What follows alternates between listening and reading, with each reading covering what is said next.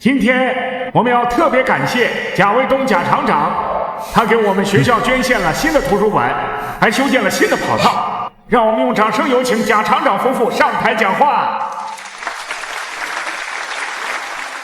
李小磊怎么还没来呀？这么重要的场合，他又给我掉链子。来不及了，来不及了！说不定是路上遇到了什么事情，要不要再等等？贾厂长，你快点，孩子们都在等着你呢。校长，麻烦再等3分钟。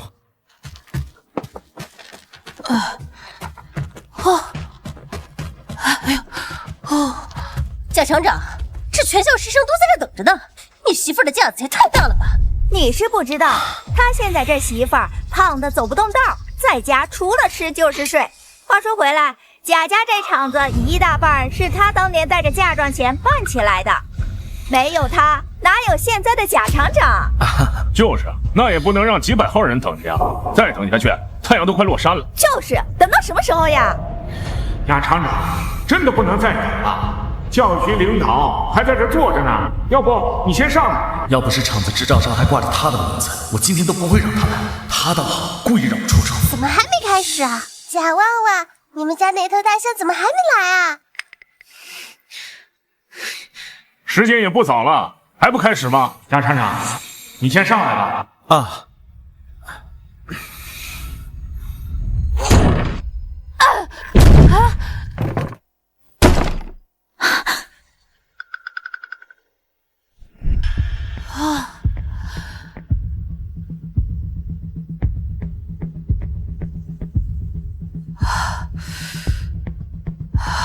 贾厂长的媳妇儿怎么穿成这样就来参加开学典礼啊？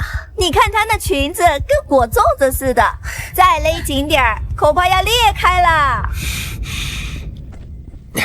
你怎么才来呀？还弄成这样！哎呀，路上我的车轮胎坏了，而且我鞋子的跟儿也掉了。小旺呢？这位就是贾厂长的爱人吧？来得早不如来得巧，快点，一起上台。你走开！我不要你上台。小旺，是妈妈来晚了，对不起啊。我要刘老师，刘老师又瘦又漂亮，她上台才不丢人呢。小旺，你在乱说什么呢？小旺，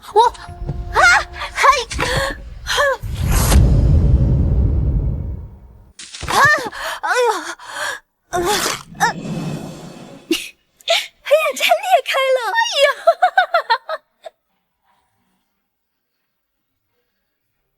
哎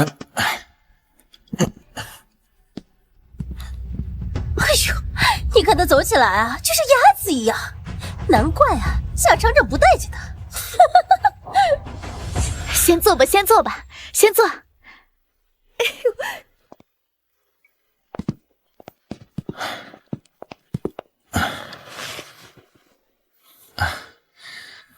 我老贾家的脸都让你丢尽了。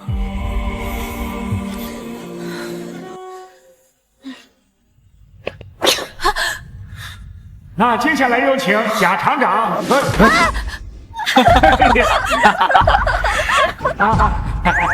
刘老师一起上台，作为优秀家长代表讲话。刘老师，你今天的穿搭和我爸好配啊！小旺真乖。厂长夫人放心，卫东哥有我呢。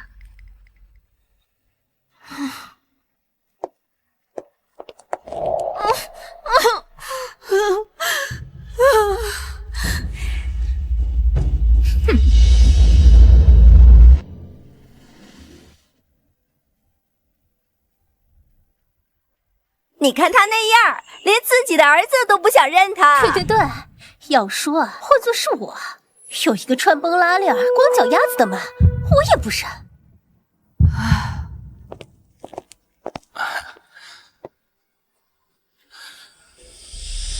祝孩子们学业进步！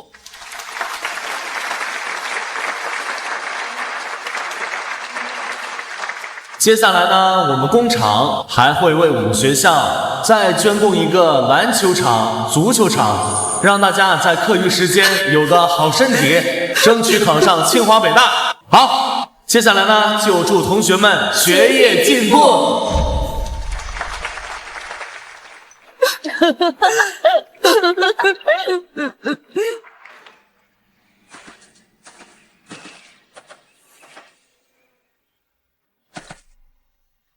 你找我来做什么？自然是有话要和你说。我没什么好跟你说的。哎，别走啊！哼，真是没想到啊，连亲儿子都不认你这个妈，你还有这么大的气性。哼，你胡说，他就是个孩子，随便乱说的。李小磊，小孩子才是最不会骗人的。你看看你现在，胖的连衣服都穿不上，你觉得你现在还配当这个厂长夫人吗？我是贾卫东的妻子，小旺的亲妈，他们都没这么说，你凭什么这么说？亲妈又怎么样？你现在就是个黄脸婆，你现在是不是胖的都不敢照镜子？哦，你知道昨天贾卫东跟我说什么了吗？他跟我说，看到你就没胃口。你们昨天晚上在一起？是啊，昨天晚上，整整一晚上，我们都在一起。你是小三？你骂谁是小三？是你自己留不住男人。贾卫东心里早就没有你了，是你赖着不走。你这种人，该去死！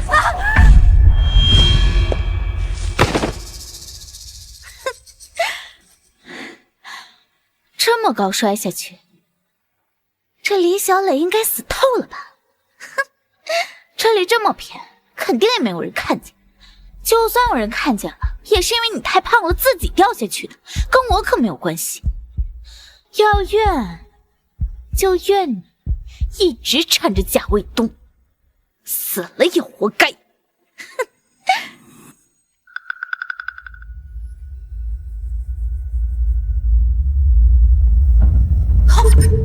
我穿越了。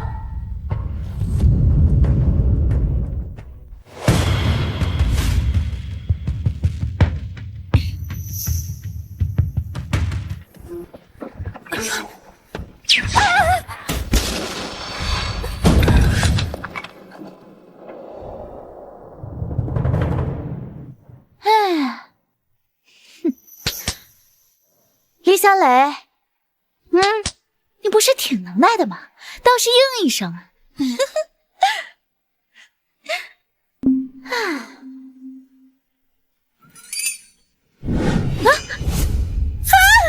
什么鬼东西？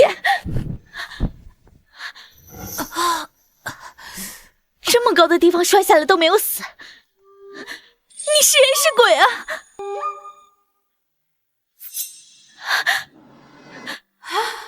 我穿越了，还变成了一个肥婆。你别过来！你别过来！菩萨保佑！菩萨保佑！不是我推你的，你变成鬼了，不要来找我！我要是变成鬼，第一个就找你索命。小狐狸精说话一套一套的，仗着自己有点狐媚手段，就要上天了。我没有，你借照顾阿旺为由，频繁出入我家，趁我生阿旺变胖，在蒋卫东面前说三道四，还记得他喝咖啡的口味。刘老师，你不觉得你的关心有点越界了吗？你胡说，我那是可怜阿旺没人管。担心到用我丈夫的钱去买裙子，让我儿子叫你妈？李小磊，你少装神弄鬼呢！我推你又怎么了？阿旺和贾卫东现在都向着我，你动我一根手指头你试试。我是贾卫东明媒正娶的妻子，你算什么东西？也敢提他的名字？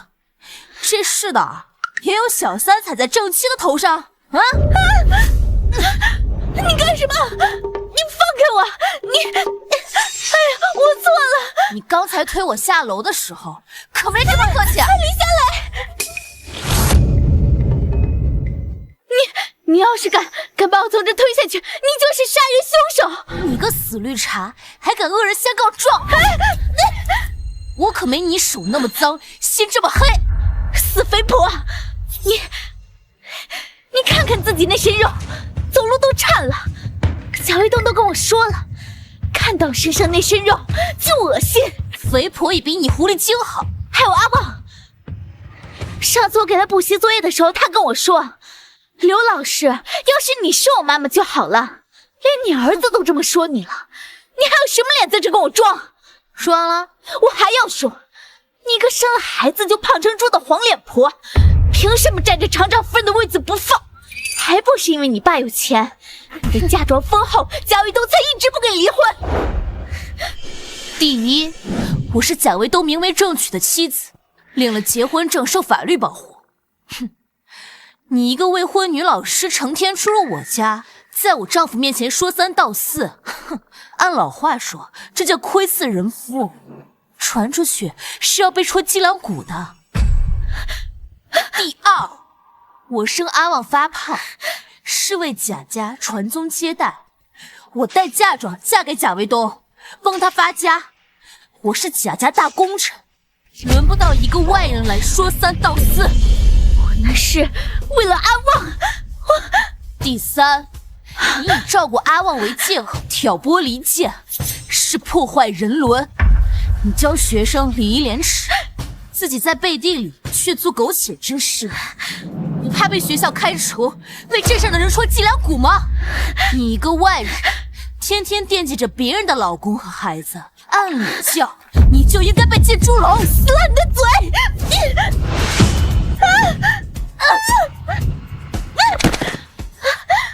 李小磊，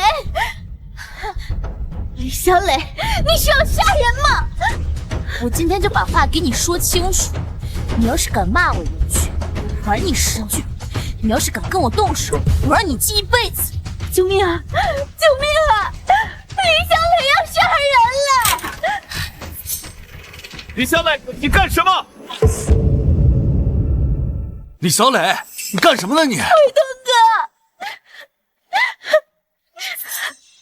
贾卫东，你来的正好。问问你的好老师，刚刚是谁把我推下了楼？又是谁骂了我半个时辰的肥猪黄脸婆？我没有，卫东哥，他打我，你看他把我打成什么样了？他刚刚还骂我。是不是？骂的就是你这个挑拨离间的绿茶。你看他还要打我，你要是再来晚一点，我就要被他打死了。他刚刚不但打我，还骂我，他说我窥伺人夫，他还要学校开除刘老师，你没事吧？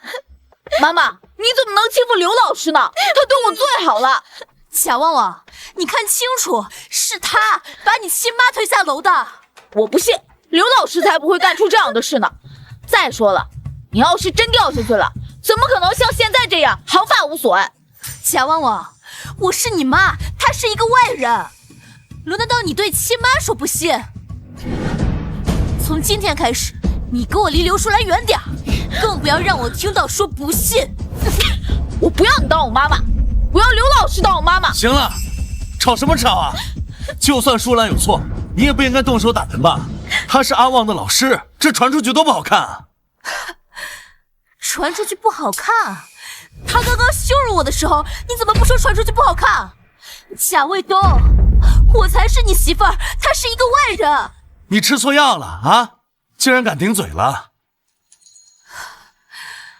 以前是我傻，以为忍忍就能换你们待见，现在我算是明白了，我带着嫁妆来帮你起家，怀阿旺，胖成现在这个样子，还不如一个外面会装可怜的女人。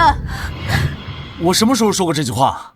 你别忘了，你开的厂，你住的房，里面有一半是我爸拿的嫁妆钱，你拿着我家的钱当厂长，却护着一个挑拨我夫妻关系的外人。你贾卫东，你丢不丢脸？你什么你？我什么我？切！你这个死渣男！你们这对狗男女，没理就别硬说。真是一点家规都没了。家规？你这样的蠢男人能立什么家规？我发现你真是无法无天了。你现在啊，马上去村西头的猪舍给我好好反省，快去！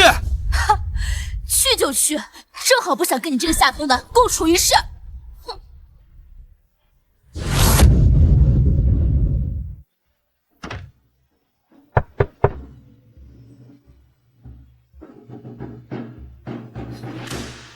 原主啊，原主，你说你活的这叫什么劲儿啊？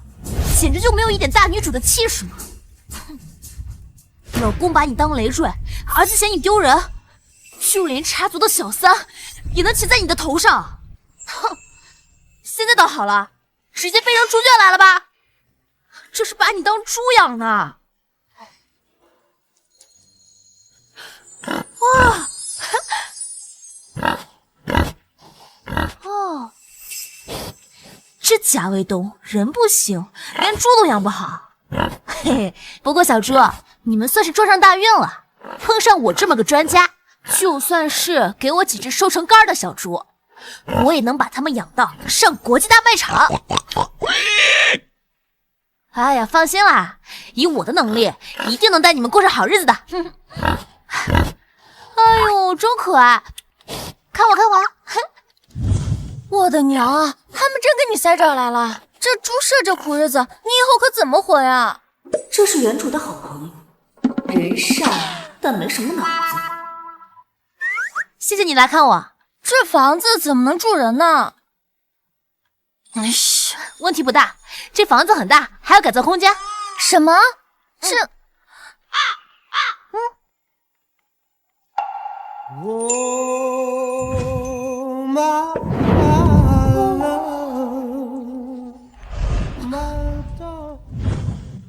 这是啥？变戏法吗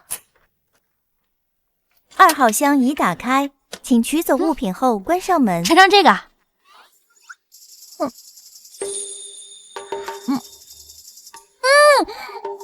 我的娘啊，这也太好吃了吧！比镇上供销社卖的还香嘞！小磊，你什么时候这么有能耐了？这算什么？还有更牛的呢！8号箱已打开，3号箱已打开，7、9、5、6号箱已打开。哇！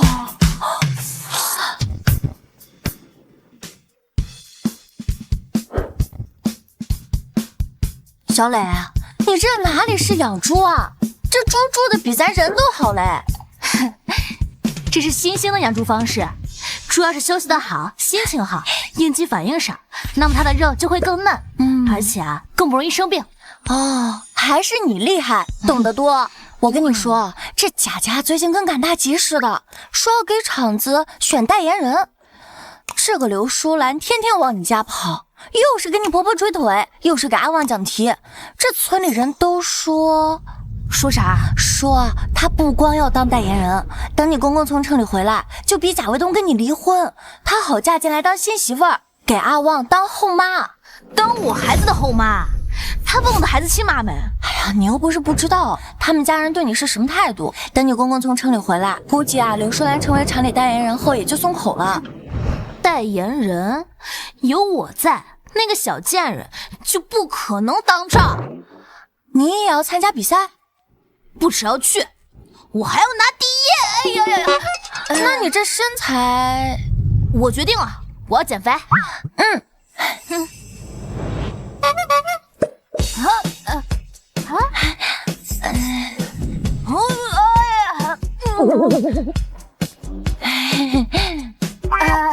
哎呀，革命尚未成功，我继续努力。阿姨、姐，等我当上代言人，我给阿姨和姐一人买1条金项链。还是我们舒兰懂事儿。等你公公回来呀，我们就跟他说，小李那身板生不了2胎，你进门刚好给我们贾家变个大胖小子。厂子那边我们早就打好招呼了，把票全投给你。等你当上代言人，再把小磊比下去，离了婚名正言顺。但是我怕小雷姐她……哎呀，她正在猪圈喂猪呢，等她反应过来，你早就是我们贾家的人了。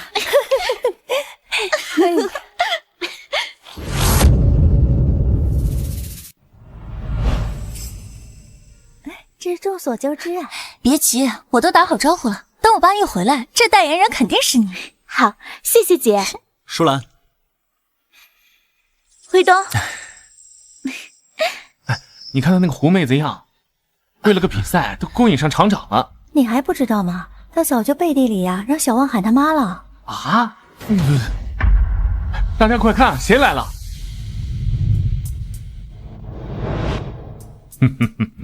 爸，您辛苦了。这比赛就等您回来开始了。人都来了吗？啊，来了，都来了，就连小旺啊都说想爷爷了，都来比赛现场了。爷爷，你终于回来了，我可想你了。嘿嘿，小旺真乖，爷爷啊，给你买了你最喜欢的玩具啊。爸，时间不早了，你要不先主持比赛？哎，对，来，哎，小磊呢？那个爸，他在村西头猪圈呢。瞎胡闹！今年厂子选代言人，她是贾家的媳妇儿，为什么不在啊？啊？他爸，小李那身板来了更丢人，先选代言人要紧啊。他那身板怎么就丢人了？我们贾家选媳妇儿，什么时候按体重选了？再说了，我走的时候，他只不过稍微胖了一点。那个爸，大事要紧，大事要紧。我们贾家的规矩，媳妇儿不在，天大的事儿都得等着。爸，他那个鬼样子，他来了只会丢人。他现在什么样子都给你丢人了啊！美玲，哎，去把小磊叫来。去吧去吧。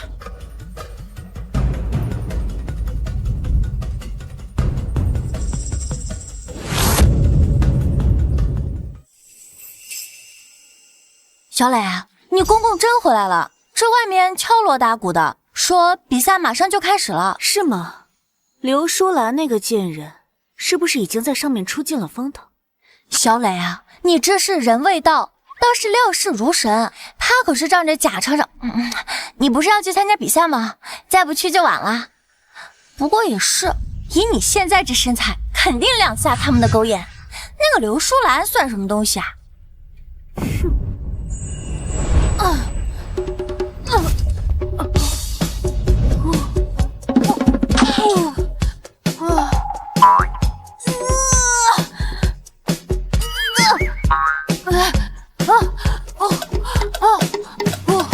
他总是只留下个号码，从不肯让我送他回家。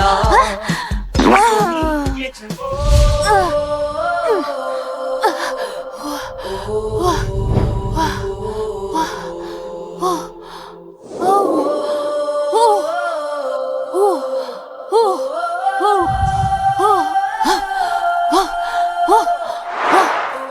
急什么？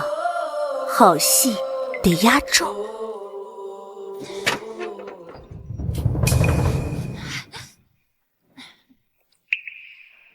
也不知道爸为什么会喜欢这个胖媳妇儿。今天这么重要的场合，还要让她来丢人现眼。李小磊，我爸回来了，让你去厂子里，别磨磨蹭蹭的。要是耽误了今天比赛，看我爸怎么收拾你！你这大姑姐嘴比村里的泼妇还毒。不过话说回来，你真要去参加比赛？那刘淑兰啊，可是收拾了大半天，就等着今天压你一头呢。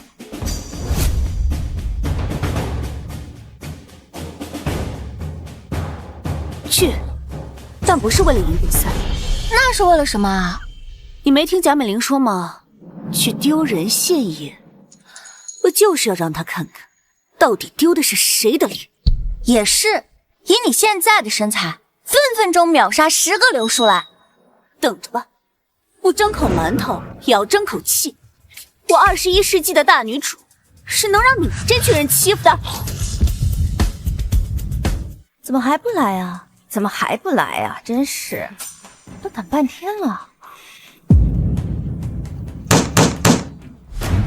再等一等。等他？我看他是没脸来了吧？他肯定穿着那喂猪的旧褂子来了，也是给我们贾家丢人，连厂的名声都被他败光了。贾厂长，咱比赛都是按规矩来的，哪能说等就等？我们都是从十里八乡赶过来的，可不是看你磨蹭的。就是，您是家大业大的，故意给咱们使绊子吧？爸，姐都已经叫过了，那小磊他想来，他早就来了。咱先开始吧，观众看别当笑话。就是。行，先开始吧。来，那咱们先请选手出场。第一位，张翠花。大家好，我叫张翠花，希望大家可以投我一票。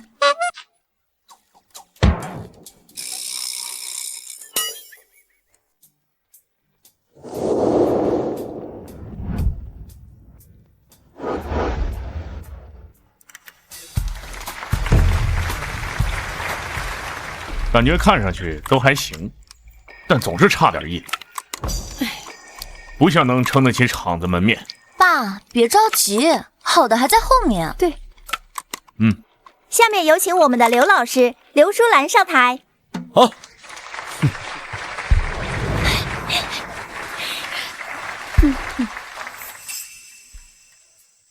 大家好，我叫刘淑兰，现在我为大家诗朗诵《致橡树》。我如果爱你，绝不像攀援的凌霄花，借你的高枝炫耀自己。完了，这次悬了。刘老师不光长得好看，还有文化，这在哪比得过呀？哼，气死我了！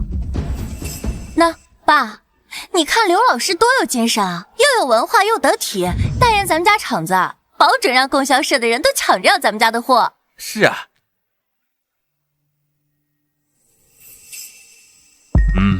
这刘老师确实不错。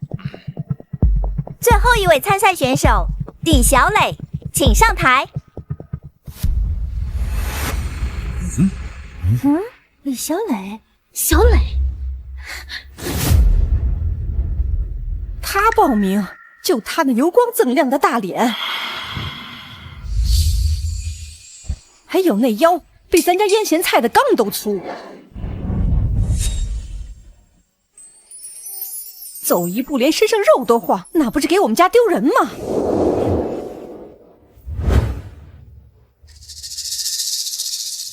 你说什么呢？那是小磊对咱自家的厂子上心，多好一孩子。爸，你不是眼瞎了吧？他那肥样，拍宣传照都把相机撑破了，还想当代言人呢。就是。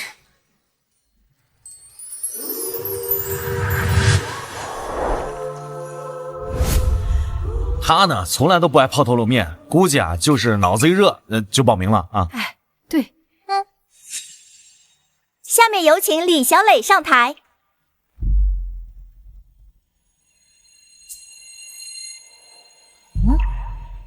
爸，我看他就是怕丢人，不敢来了。这代言人还是让舒兰来当吧。是啊，我看今天参赛的这么多，我看呀，就属舒兰这孩子得体大方。李小磊来了就会丢我们贾家的面子。爷爷，刘老师最漂亮了，我想让刘老师当咱们家的代言人。那再等等你妈妈啊。再等5分钟。爸，他肯定是不想来了。要我说这个代言人，你就让……谁说我不想来了？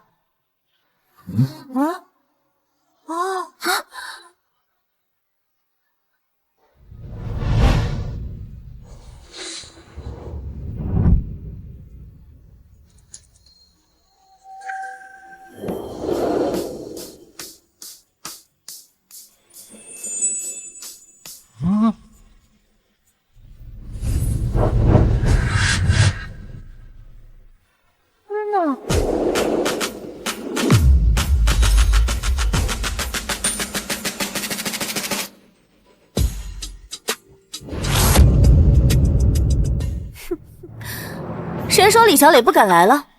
这难道就是电视上的歌舞明星？我的娘哎，这是李小磊？他不是个200斤的大胖子吗？这怎么瘦的变了个人似的？爸，您舟车劳顿，辛苦了。不辛苦不辛苦，小磊来了就好。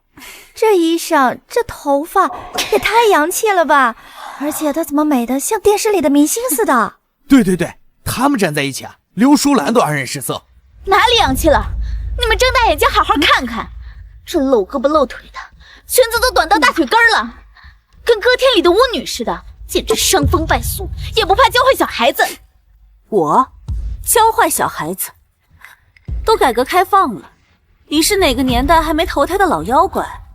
这么封建，迂腐思想，你简直强词夺理！你可是有妇之妇！你什么你？你就是嫉妒我，脸比你长得好看，身材还比你好。哼，真正的李小磊胖的都有2个你了。我知道了，你是李小磊找来的替身吧？真是没想到，李小磊为了赢比赛，连脸都不要了。你在胡说八道什么？对，我们家小磊胖的连门都进不去了，哪能突然这么瘦？你说是谁派你来的？是不是想骗我们贾家代言人的位置？怪不得现在站在这里的李小磊美得跟仙女似的，原来是人假扮的。比赛不敢来就不敢来，我们贾家也不是因为你第一次丢脸了。没想到你竟然能想到这种歪门邪道，不仅穿成这样子，还找人冒名顶替。你这次是把我们全家的脸往地上踩。老伴儿，你看，这是你口中一直宠爱的儿媳，她今天能做这违背良俗、违法骗人的事情，她明天就敢骑到我们贾家头上杀人放火。这样的儿媳不要也罢。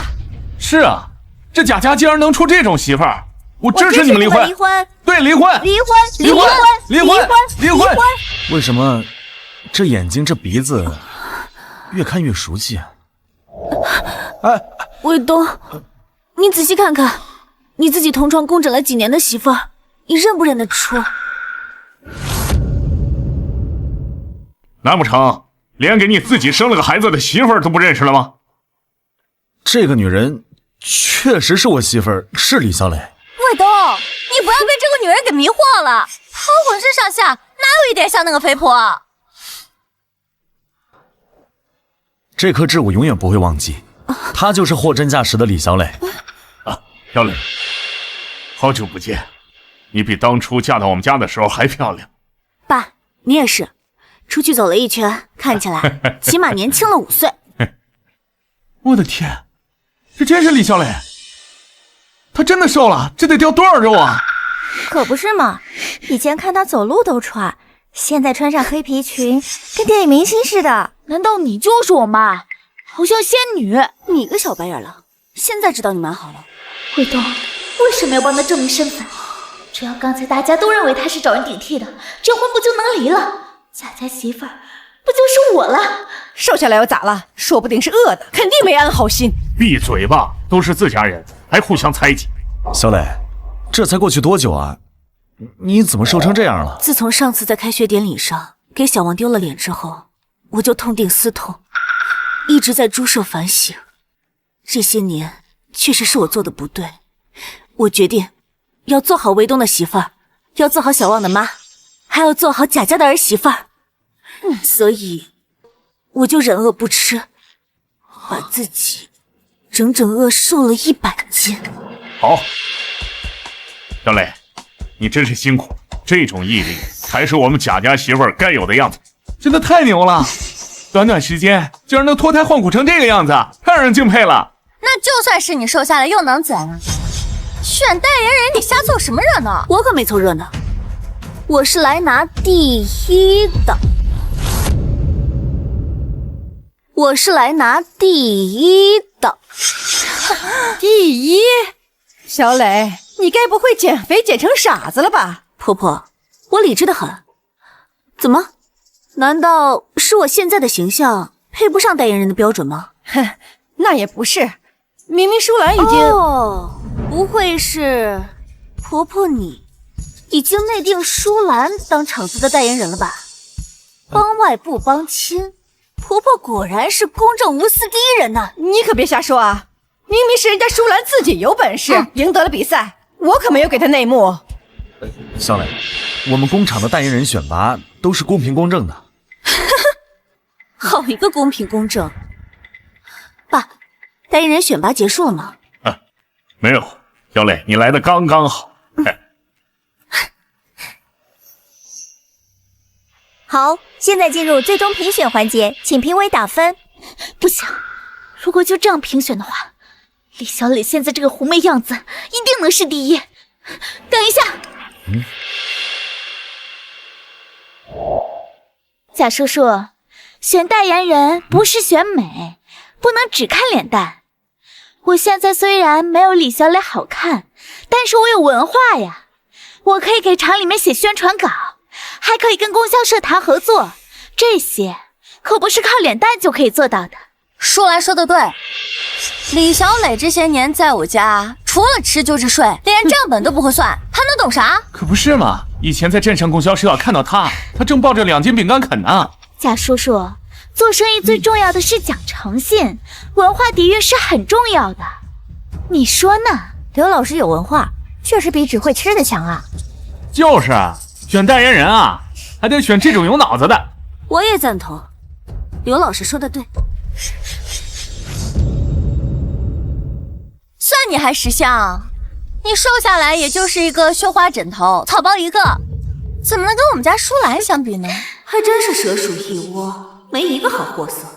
刘老师确实说的对，但谁说我没脑子了？你还逞什么能啊？谁不知道你除了吃什么都不会做？快别丢人现眼了！一个厂子的代言人，不仅是门面，也得有撑得起的才艺和名片。既然刘老师都提出来了，那我就展现点新鲜的，给大家伙瞧瞧。以前也没听说贾家胖媳妇有啥才艺。小磊好像和原来不一样了。还好我留了一手，科技改变人生，便携式的外放音响，你们肯定没有见过吧？各位注意听好了。我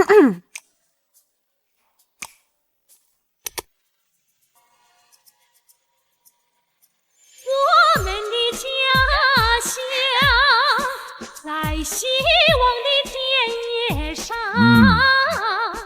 炊烟在新建的乳房上飘荡，小河在真好听，我妈妈简直就是电影里的歌星。李小磊什么时候唱歌唱这么好？确实奇怪，什么时候还藏了这么一手？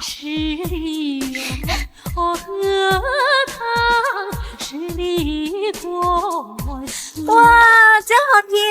谢谢大家。北灵，没想到你弟妹唱歌这么好听，你们贾家真是深藏不露啊！对，那可是我们家小磊，能不厉害吗？他现在是以义夫人，我看以后还有谁敢说我们家有黑幕？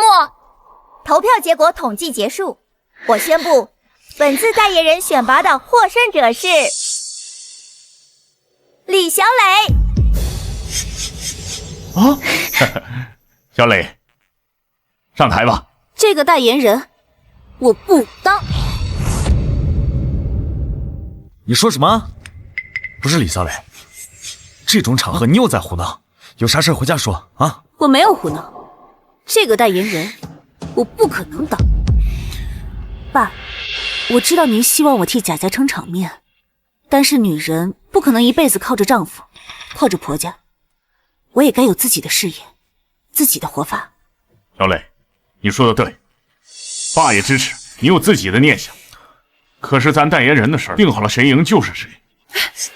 你别听他的鬼话，你一个家庭妇女，洗衣做饭带好男人孩子就够了，搞什么事业？难不成瘦的脑子都不清醒了？妈说的对，你吃贾家的，穿贾家的，离了贾家你能活？难不成靠你那猪院里的瘦猪过活？靠猪确实比靠你们靠谱。你说啥？就你那猪圈里那几头瘦猪，前2天我路过，瞅着比柴火棍还细，风一吹都能倒。靠猪养活，你还不如去喝西北风呢。小磊，你啥时候去养猪了？那个爸，前阵子啊，小磊在学校受了点气，就去猪舍待了几天。胡闹！爸，没关系，我在猪舍待着也比在家待强。小磊，爸知道你受了委屈，但不能说这赌气话。我没有胡说，爸，现在这猪也是我的事业。爸，你就听他在这儿胡扯吧。猪舍那臭气熏天的，还有那几个瘦弱小猪，能养出啥花样？怕不是鳄鱼头说胡话呢。我知道那几头猪跟我们家猪仔一块买的，我们家都快出栏了，他家还瘦得跟个猴似的。还有那猪舍杂草丛生的，不知道的还以为啥废弃的垃圾场呢。卫东哥，会不会是小雷姐受脱相了，脑子都不清楚了？小磊，你别胡说了，咱家那些猪养半年一点肉都没长，你现在说他们是你的事业，要不我带你去医院看看吧？该看医生的是你们，我养的猪都比你们这些睁眼说瞎话的人聪明多了。我那猪都配比你们种的好。就吹吧，被男人养不丢人。就是，有本事带我们去看看。有什么不敢？现在就去猪舍。要是我说谎，随你们处置；要是我说的是真的，以后就别再拿家庭主妇4个字压我。我李小磊就算养猪，也比在贾家当受气包强。李小磊，你别胡闹了，跟我回家。这个代言人的位置呢，还是你的。回家？回哪个家？回你和刘老师眉来眼去的家，还是回你妈天天骂我胖的家？你想要看我的猪，跟上；不敢来的，就别在这瞎叫唤。走。来，看他耍啥花招，等会儿看他怎么收场。哇！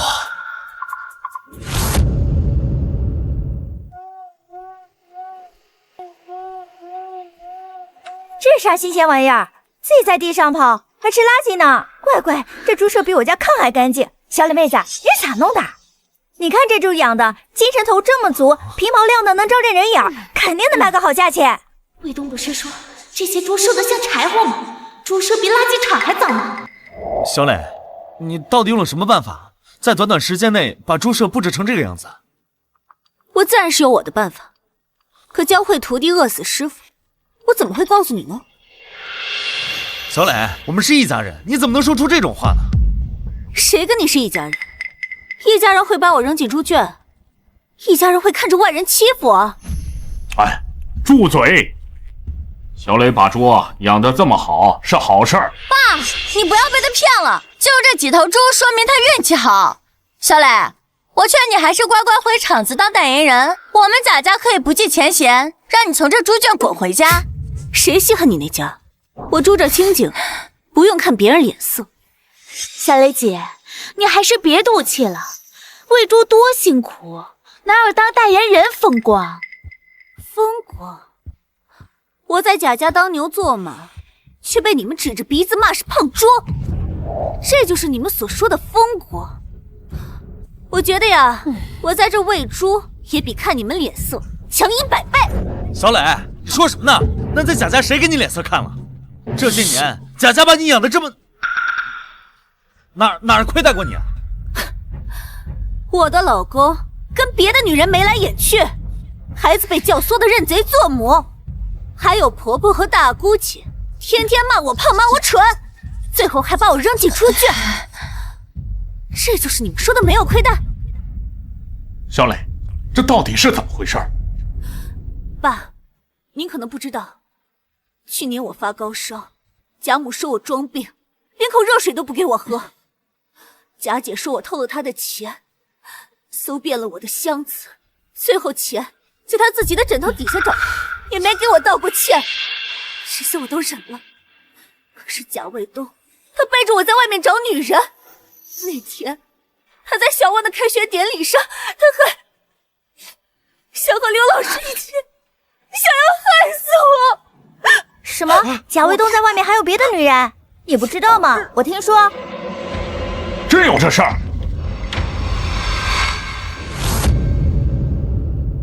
他胡说呢！我那是为了管教他，哪家媳妇不被婆婆说几句啊？谁让他自己那么笨，钱丢了不知道找自己原因。管教，把人往死里搓磨，这叫管教？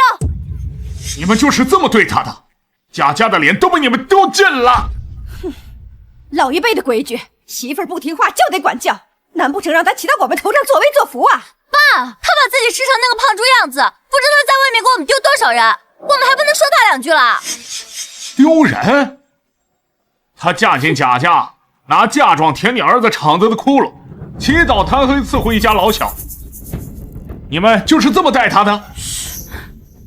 身为婆婆和大姑姐，不在外人面前护着她，反倒跟着外人戳她脊梁骨，贾家还有没有家法了？小磊，爸对不住你，爸瞎了眼，没早看出这些事儿，让你受了这么多委屈。爸，您不用道歉。这些年以来，您一直护着我，我都记在心里。但我跟贾家是真的过不下去了。你这说的什么话？我们可是夫妻，我们还有小旺。夫妻？你护着刘淑兰的时候，怎么没想过我们是夫妻？过不下去，你想分家？行啊，走就走。这里的猪舍是贾家的，这里的猪还有这些东西都是我们贾家的，你什么都别想带走。就是净身出户，我倒要看看，离了贾家的地，离了这些猪，你能活成什么样？恐怕是连窝窝头都吃不起吧。你们住口！都什么时候了，还说这种混账话？他是你们的家人，不是讨债的仇人。爸，你不要被他灌了迷魂汤。作为儿媳妇不听话，就要好好教训。今天我就让你知道，这贾家到底谁说了算。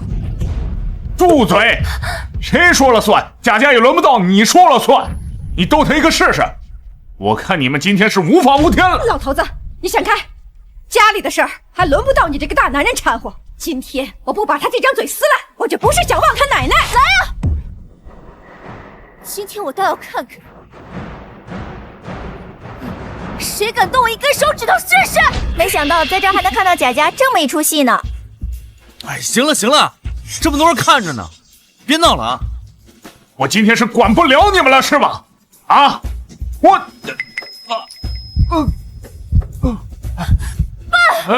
爸！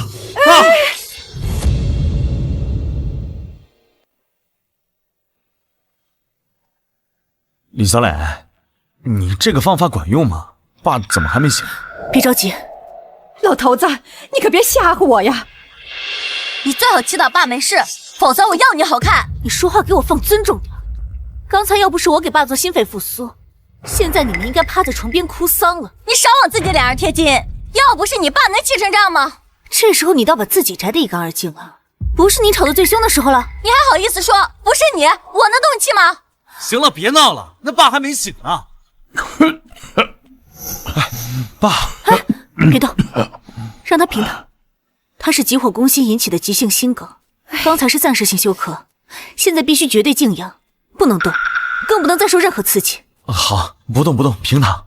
不行，我不能躺着。车厂还等着我找自己筹钱呢。车厂的事先放，你要是再逞强，下次就不会这么好运了，搞不好会瘫痪，甚至……对呀，老头子，厂子没了咱能再挣，你要是有个三长两短，我可咋活呀？对啊，爸，这次啊，您就听我们的吧。可厂子亏空了，还欠了那么多货款，工人工资也快发不下来了。选代言人就是想拉笔赞助，能过去这个坎儿。我要是躺下，谁管呢？爸，您现在唯一的任务就是躺好，车厂的事总会有办法的。是啊，爸，这不是有我呢吗？你，我看只有那一个办法。爸，您放心，厂子的事呢，我帮忙照看着，工人的工资、供销社的货款，我都记着呢。等拿到投资，我立马就还清。光记着不行，后天的车企投资会才是关键。那笔投资要是拿不下来，咱们这厂子连这个月都撑不下去。爸，这件事就交给我吧，我可是对车门清。厂里的那个新油车 A 市进口的发动机，油耗低，载重强，他们肯定会看中的。后天市里的那个车企投资会，要是能拿到那笔投资，咱的厂子就能活过来。您放心吧，这件事交给我，我对车门清。你可别大意啊，这种投资会什么厉害人物都有，说不定还有些奇车怪车，想拿到投资难呐。哎呀，老头子，我看你就是瞎操心。卫东从小就对车亲，厂里的车他哪辆不熟？那些花里胡哨的怪车，哪有咱厂里的车扎实？你就好好养病吧，比啥都强。就是，我爹当年还拆过自行车呢，现在摆弄卡车跟玩似的。爸，您就放宽心吧。倒是有些人放着好好的家不回，跑去猪圈瞎折腾。他要是能帮卫东多分担点，也不至于让您气成这样。这是特效药，按说明书给爸吃，会好得快一些。什么乱七八糟的东西，你别给爸吃坏了。闭嘴！小磊，今天下午在猪舍，是佳佳对不起你，是我没管好家里人，让你受委屈。爸，您说什么呢？对呀，这哪能怪我们呀？是他非要吵着跟卫东分家，还说要跟卫东离婚。我们劝过他，他听吗？现在可倒好，跑出去喂猪，传出去都让人笑话咱贾家。就是，他要是安安分分当代言人，帮着卫东把厂子搞好，哪会有这么多事？我看他就是故意气您。妈，姐，你们都少说两句吧，爸还病着呢。我哪说错了？难道不是他把家搞得鸡犬不宁？爸，您先养好病，车厂的事我……你别掺和，你懂啥？要是把投资搞黄了，你能担得起责任吗？再不闭嘴，都给我滚出去！哼！小磊，别跟他们置气，是爸没用。爸是这个家里唯一真心待我的人了，我不能再让他有事。车厂是他一辈子的心血，就算不为贾家，为了他，也得帮一把。爸，您先安心养病，投资会的事我不会不管的。什么？投资会你也要掺和？李小磊，李小磊，你疯了？车什么都不懂，你瞎掺和什么呀？那爸都成这样了，你还在赌气啊？赌气？我都做到这地步了，你还有什么不满意的？爸想让你回来，你听不明白吗？我不会回家的，我现在不和你们吵，已经是我能做到的最大让步了。你真打算不管爸了？我救了他，我劝他静养，还不够。倒是你，与其在这指责我，还不如好好想想怎么拿下投资。这就不用你操心了，我肯定能拿到投资，车厂呢也会起死回生。但愿如此。妈妈，你不要走！竟然让小孩子使这一招，但对我没用。李小磊，你对我这样也就算了，你对亲生儿子也这个态度，你还算是个人吗？我也没说要认下这个儿子，他不是喜欢别人当他妈妈吗？那我就放他走。妈妈，我真的错了，我不该夸刘老师漂亮，我也想让你当我妈妈。妈妈，跟我回家吧。想要妈妈呀，去找刘老师呀。李小磊，你别给脸不要脸啊！给你个台阶下，你就应该感恩戴德的求着回来，不是这样一副肮脏的嘴脸。我肮脏？我肮脏也赶不上某些有家室的还在外面勾三搭四。行，你身为妻子不回家，你身为妈妈不管孩子，你还有良心吗？你还想成事情？我看你也就喂猪喂得好，因为你本身就是一头猪，还想搞事业呢。我看你啊，顶多养出几头瘟猪出来。那我今天就告诉你了，我不止猪喂的比你好，我做什么都能比你强。你不是觉得自己造车厉害？后天的车企投资会，我也会去参加。你参加？你去干嘛呀？添乱吗？自然是帮爸，我可不想看到他一辈子的心血都毁在你们这种人手里。你胡说什么呢你？你胡说什么呢你？敢动我闺蜜一下试试，经过我同意了吗？不是我说，你又哪儿冒出来的？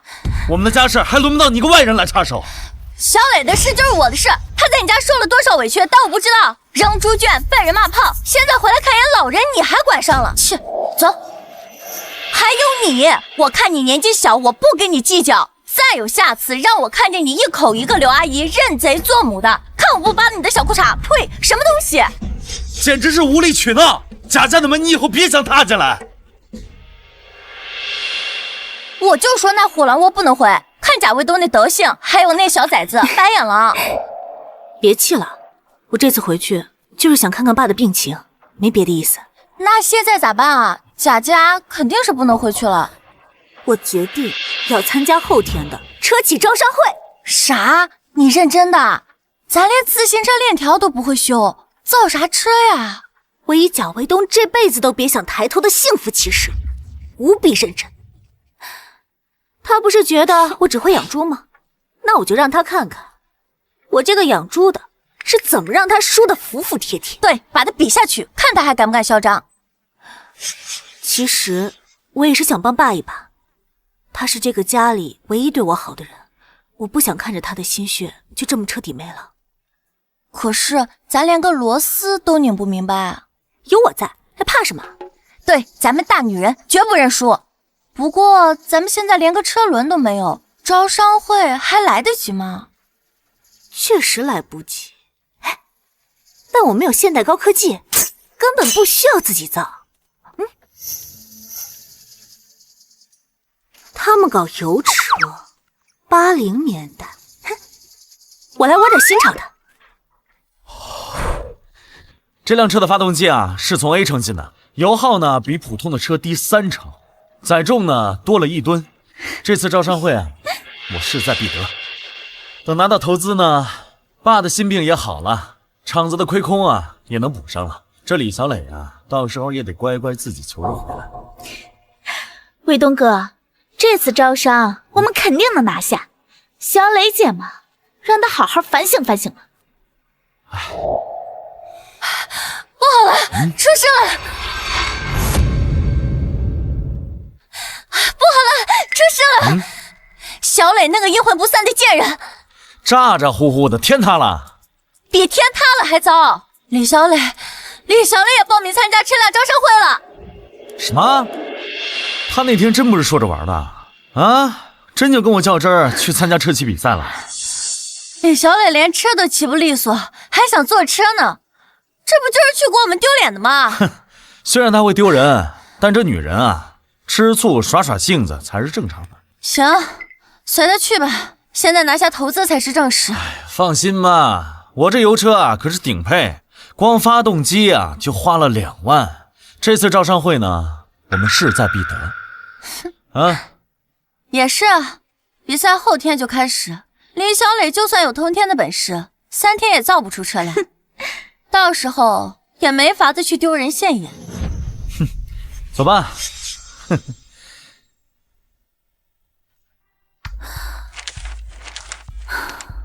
跑车不行，太扎眼，造价也贵。越野车，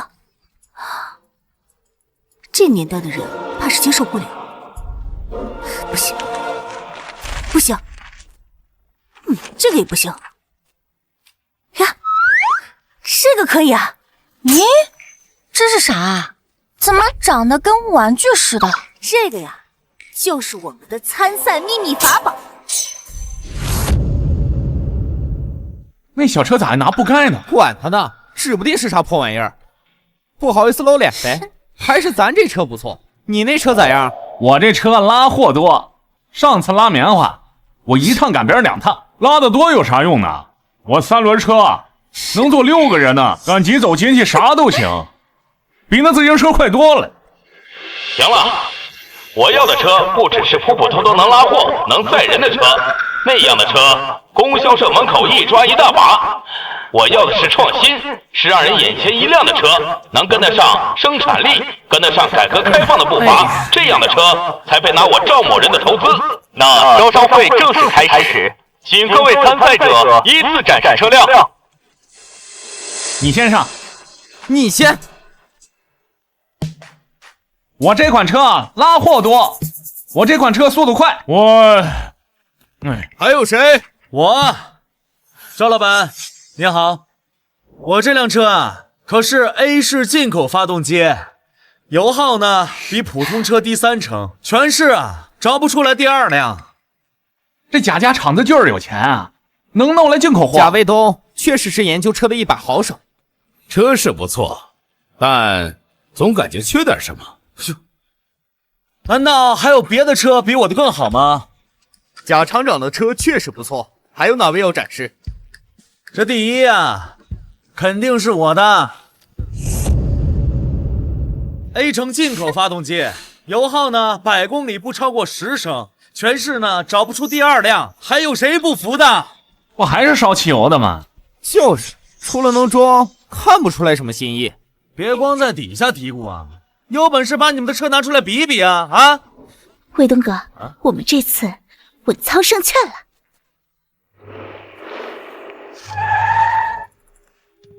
贾厂长，这话说的太早了吧？刘哥呀，您怎么来了？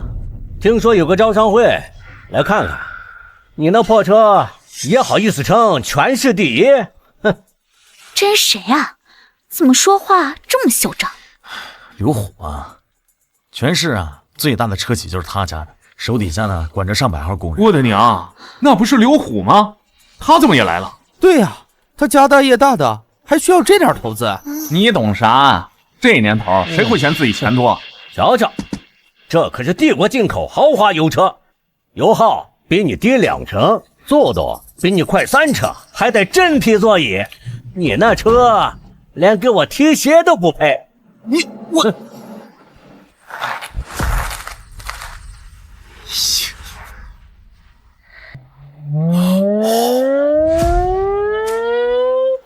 我的娘啊，这才是好车！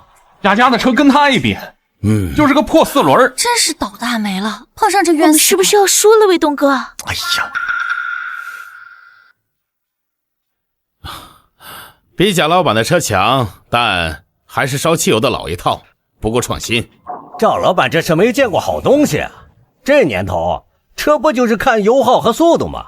还有没有其他参赛者？赵老板准备了丰厚投资。完了，这下彻底没希望了。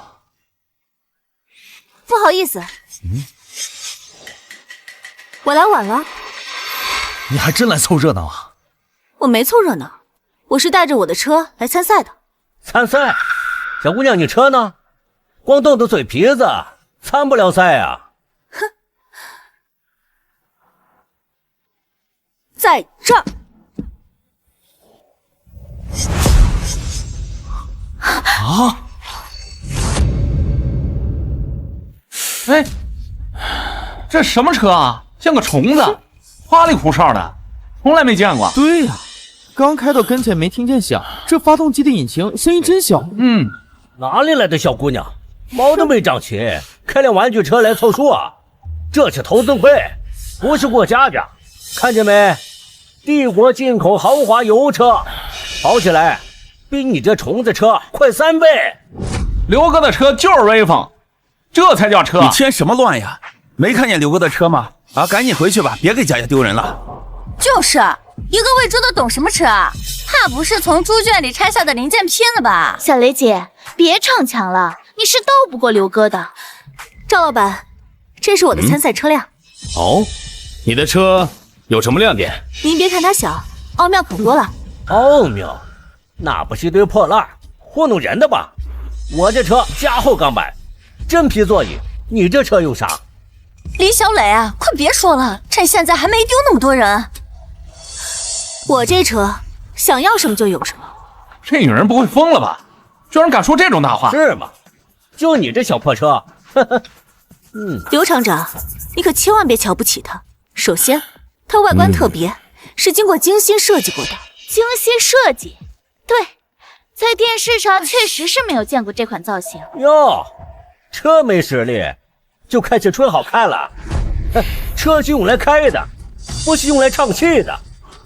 难不成还像你一样，是个中看不中用的货色？刘哥，您这说话严重了。小磊，你别在这闹了，快跟我回家。哟，比不过这就要跑啊？这是夫妻双双发家逃啊！刘厂长，你急什么？你看不懂的东西，不代表它没用。目光短浅，看不懂这新奇的车，也很正常。难道是什么新奇的车？赵老板，我的车能参赛吗？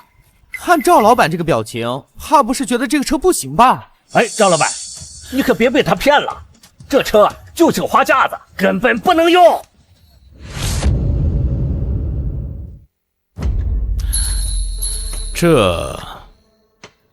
这车的外观很有意思，圆滚滚的，比那些方头方脑的常规车好看多了。确实好看，这车就跟未来电影里似的。赵老板有眼光，这是以未来科技为基调设计的，全球都找不出第二辆。难不成李小磊还真有两下？好看顶个屁用啊！赵老板，你可别让这个女的给迷惑了。我这车头用的是加厚钢板，撞一下都不会变形的。座椅是牛皮的，跑长途都不累。轮胎是进口的，抓地力极强，这才叫真材实料。也是，这破车看着花哨，指不定一撞就散架了。核心技术、安全性能都没有保障，就是来添乱的。刘厂长说的对，车不能光看外观，得看性能。哎，赵老板，这车跑得快，耗油少的，还得看我那辆。不急，我还没好好看看这台车呢。小磊，你这个车真能行吗？赵老板，让我来好好给你介绍一下。哎，赵老板，你可别被他骗了，我现在就给你拆穿。这车里边肯定是铁皮糊的，里边全是烂木头。哎，你想干什么？我让大家看看这车的真面目。就你这车里边能有啥核心性能？你敢？这车是小磊辛辛苦苦研究的，你凭啥砸了？都给我住手！我刚夸的是车的外观，并没有说它的性能不行。但刘厂长说的也有道理，车的核心是性能。你的车载重多少，续航程多少，安全有保证吗？卫东哥，小磊姐就是在逞强呢，你要不去管管，当着这么多人的面呢？我看他不像是逞强，小磊肯定有他自己的打算。看见没？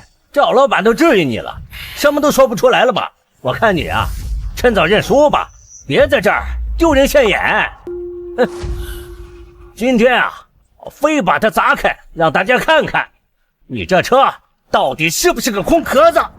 你动一下试试，这车要是有半点损伤，我就让你赔得倾家荡产。都别吵了，看看这个车是不是绣花枕头，完全没有问题。李小磊，你敢不敢当着大家的面试一下这个车的性能？有何不敢？只不过刘厂长，你敢不敢跟我打个赌？赌？行啊，你个小丫头片子，要跟我赌什么？我刘虎在东市这么多年，还没怕过谁呢。这疯婆子又要闹什么幺蛾子？就赌我这车能拿第一。我要是赢了，你不仅要公开道歉，还得把东市全部汽车份额撤出去。刘厂长的车子可占了东市1半份额，这不是断人财路吗？他真有胜算。要是刘虎撤了，咱厂子的销路可就更广了。小姑娘，你胃口不小，赌可以，那你输了呢？悉听尊便。好，我赢了，你给我跪下磕头求饶，还得签字画押，让我收购贾家的厂子。你做梦！我们家厂子是我爸一辈子的鲜血，凭啥给你？李小磊，你要是敢硬这个赌，看我拿你怎么办！我的娘，这是要把全部家底都压上！刘厂长这是想一口吞了东市的汽车生意啊！卫东哥，要是输了，厂子可就什么都没有了。小磊别闹了，千万别拿工厂开玩笑啊！刘虎的车你也看到确实厉害，咱翻……我答应你。好，够爽快！我倒要看看你这个破铜烂铁拼个车，怎么赢我！李小磊，你疯了！那是贾家的厂子，不是你的玩具。我知道这是爸的心血，正因为知道，才不想让他一直被人压着。刘厂长，赌约可以定，不过我得再加一场。如果我赢了，除了你的市场撤出东市，还得公开承认我的汽车比你先进。没问题，只要你能赢，别说承认，就是让我给你当司机都行。还有，得请赵老板做公证，免得有人输了不认账。好，那我就做这个公证人。这疯婆子，我们贾家的厂子哪能随随便便让他去赌的？姐，都这样了，说不定小磊真有办法呢。他有办法？只会虚张声势的家伙，他那车有什么本事赢啊？别磨蹭了，让我来看看你这破车经不经砸，砸坏了趁早认输。疯了吗？这么大石头砸下去，车壳子肯定都裂了。除了坦克，啥车能经得住这么砸呀？小磊，你可千万别输啊！砸烂了可别后悔啊！小磊，你是真的有把握吗？那可是整个厂子啊！放心，咱们的车经得起赌。砸吧！哇！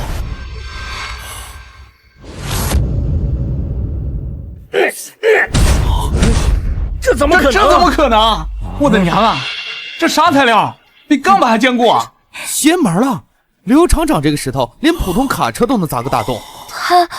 他难不成还真有两下子？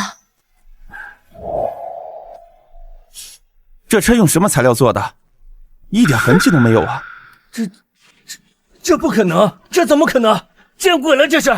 他真的有什么办法？这女人到底藏着多少本事？我就知道小磊的车最厉害了。怎么样，刘厂长，心服口服了吧？我的车可不是绣花枕头，安全性经得起砸。好材料，好工艺呀！郑老板，你可别被他骗了，这车不可能这么玄乎，哪有什么车能砸一下没有划痕的？刘厂长，技不如人，可不能诬陷他人呐。就是啊，刘厂长，车不行可别怪路不平啊。光外壳硬有啥用？谁知道里面是不是一堆破铜烂铁啊？看车还是看我们这儿的，座椅是真皮座椅，我们的方向盘都是带防滑纹的，高级货还得看我的。是吗？既然刘厂长想跟我比这些，哼，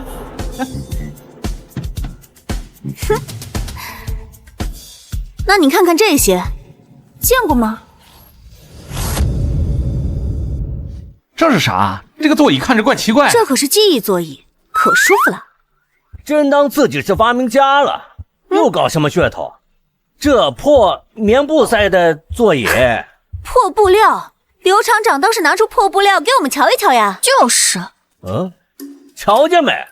我的车可是意大利高定牛皮，老师傅一针一线缝上去的。你这车有啥呀？高定牛皮，不愧是刘厂长，家大业大。看来刘厂长对自己的车非常满意。既然如此，试试不就知道了？试试就试试，我就不信了。我那高级座椅还比不上你这破棉花了。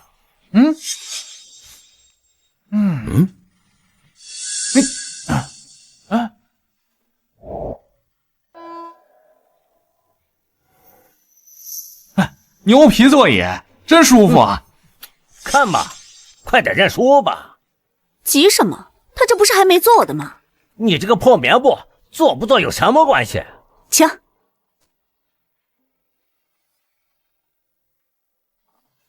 哎呀，怎么这么硌腰啊？哎，你看，我就说嘛。别急，我还没开始呢。哇，跟骑到身上一样。这种感觉比刚才那牛皮座椅得劲多了。没想到他真还有两手。花里胡哨的，我那牛皮啊，经久耐用。你这破布用不了半年就得烫。是不是破布料？用了才知道。至少现在这位大哥觉得很舒服，群众的眼睛是雪亮的。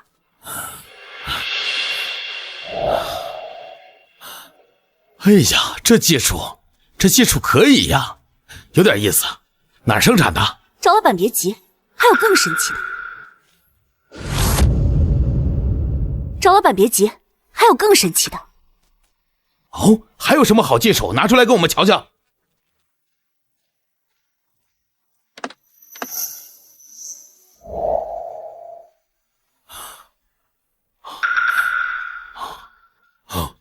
冰的。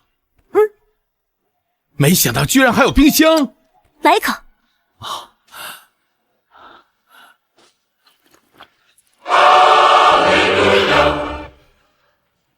这什么东西这么好喝？那当然，蜜语冰城畅销全世界的牌子，难不成还有假？哎，郑老板，你不能因为这点小恩小惠就让他收买了。刘厂长，你也尝尝。尝尝就尝尝，我就不信能有什么不一样的。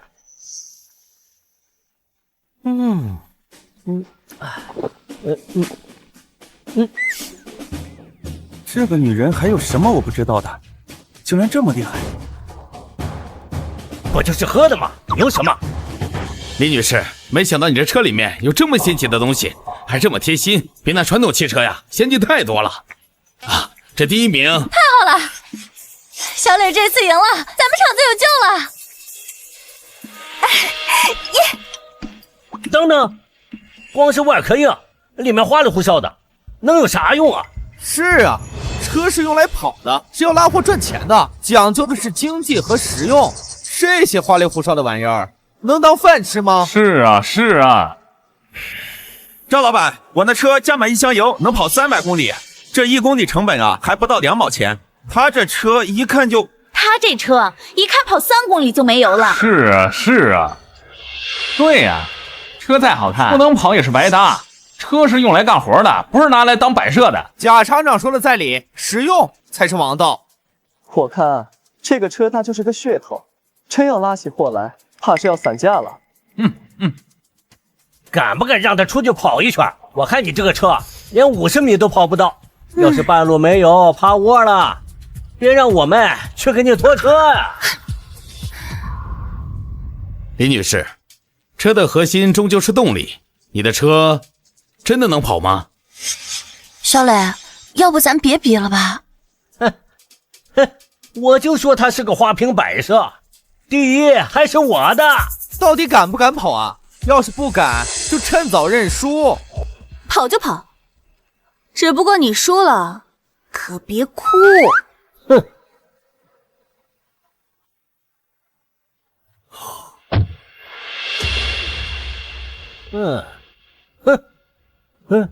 装啥呢？开车哪有不带车钥匙的？不会这车钥匙都是假的吧？我看压根儿就是没钥匙。李同志，你该不会是在垃圾场拼的吧？连把钥匙都拼不出来，还跟刘厂长比，真是丢人现眼。李女士，我们搞投资的最讲究的是诚信2字，你这连车钥匙都拿不出来，不是玩呢吗？小磊，你就别硬撑了。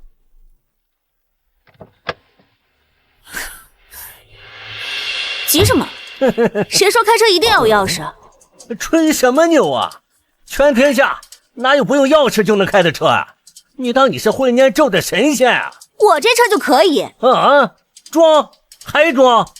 你有本事你让他开个灯看看，别光说不练，让大家伙看看你这神剑车到底灵不灵？就是，光说不练假把式。对呀。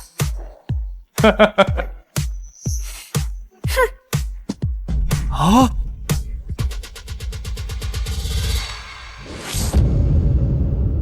小弟，车辆启动，解锁行驶模式，并开启前灯。收到，主人。哇哦！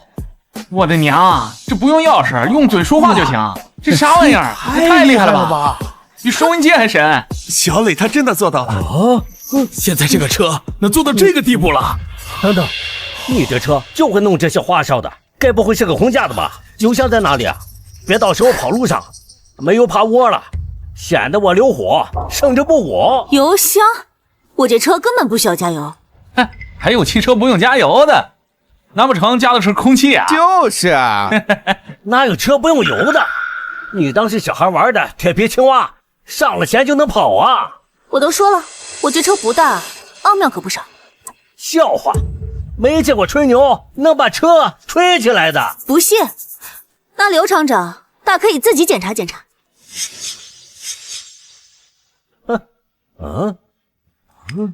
这怎么可能？这怎么没有油箱？小雷的车已经可以不用油箱了。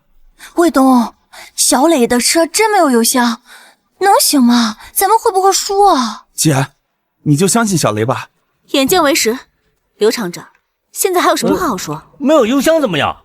指不定是你藏起来了。有本事跑一圈大家看看。那您就睁大您的眼睛，好好看看。小弟，出去溜一圈。小弟，出去溜一圈。好的。哇！哎，太神了吧！这也真走了！我的娘，不但能跑起来，还跑这么快！不愧是我媳妇儿。这怎么可能？全世界没有这样的车。现在服了吧？这怎么可能啊？没有人驾驶，这怎么跑的？这是新技术，而且还不止一个。哦，还有，这叫无人驾驶。就算不会开车，设定好路线，它也会自己跑的。而且拉货送人，以后都不用专门雇司机。老天爷，不用人还能开车？那岂不是人人都能用上车？比洋鬼子的车还厉害！咱们中国自己也能造这么神的车？完了，这回我真的是要输了。这种车要投入市场，绝对能火爆全球啊！我投了100万，不200万，不够再投。本次招商会的第1名是李小磊！哇哦耶！太棒了！小磊，我赢了！厉害厉害厉害！真的太厉害了！我赢了，刘厂长，咱们的赌约该兑现了吧？刘厂长，咱们的赌约该兑现了吧？是啊，就是啊。刘厂长家大业大，总不会说话不算数吧？好，我确实承认我的车不如人，但这赌约，咱俩可是在众人面前，在赵老板的见证下立的约。既然是赌，就没有毁约的道理。我知道刘厂长是敞亮人，向来一言既出，驷马难追。就是啊，输了就得认。就是凭什么不认？话虽然是这么说，这个既然刘厂长都这么爽快了，那之前说的当司机这件事不在赌约里，那我就不为难刘哥了。可是东市市场的份额，你一定要遵守承诺。行，既然丫头这么懂规矩，那我咬咬牙，把东市市场让给你们吧。太好了，我们不仅拿下了赵老板的投资，还拿下了东市的市场。爸只要知道了，没准病就好利索了。小磊，谢谢你，这次真是多亏你了，车厂能活全靠你了。不用谢我，我也是为了爸。爸盼着车厂好，盼了一辈子。那你外周，小雷，你爸快不行了！什么？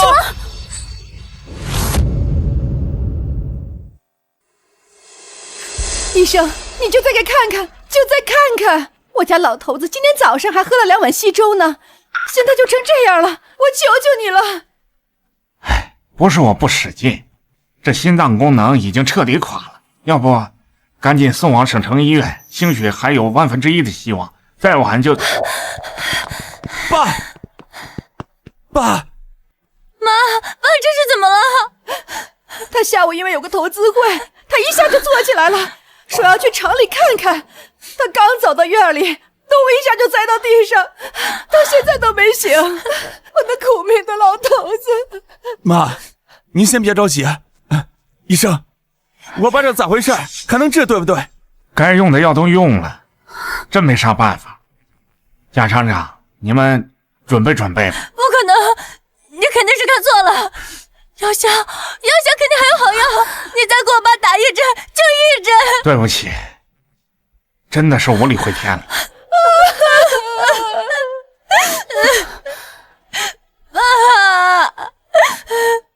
卫东哥，你也别太伤心了，厂子救回来了，叔叔在天也能安息了。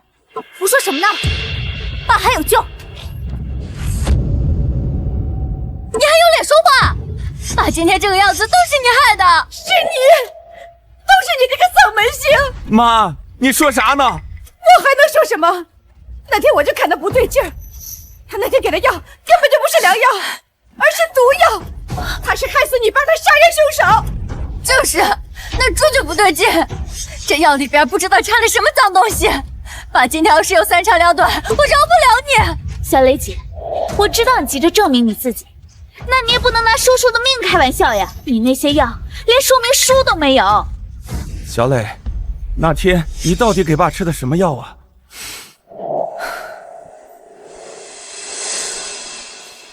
爸还有救？放狗屁！村医都说没救了，你这是让爸死都不能安生。我有没有咒他，你自己可以看。他的脉搏虽然弱，但很有规律，是急性心梗引发的休克，不是没救。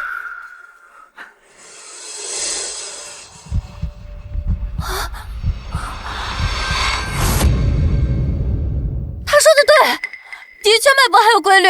小磊，你真的有办法？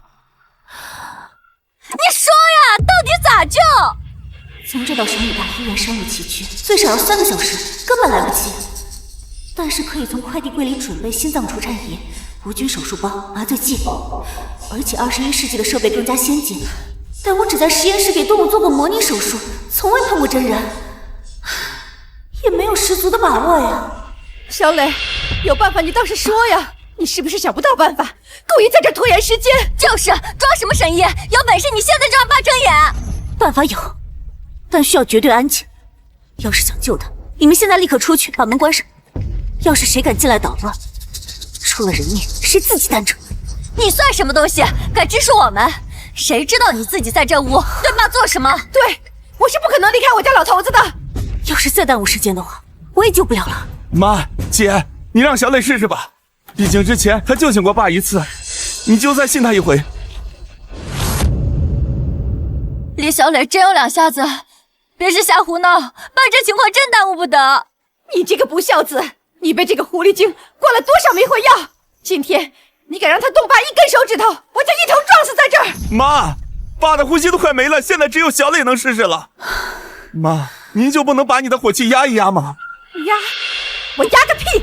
我看他就是趁火打劫，他看我们贾家快垮了，他想把你爸最后一口气也夹断。妈，爸真的没时间了。妈，上次的确是李小磊把爸从鬼门关救出来，这次要不再让他试一次，万一成了呢？你们都向着这个小骗子！今天你爸要是有什么三长两短，我饶不了你们！妈，你别再闹了，爸真的耽误不了了。爸动了，爸动了！老头子真的有救，再浪费时间就真的无力回天了。妈，姐，快出去，我们都出去，快！啊，好好。贾卫东，你留下。贾卫东，啊，你留下，留下给我当助手。好。看紧他。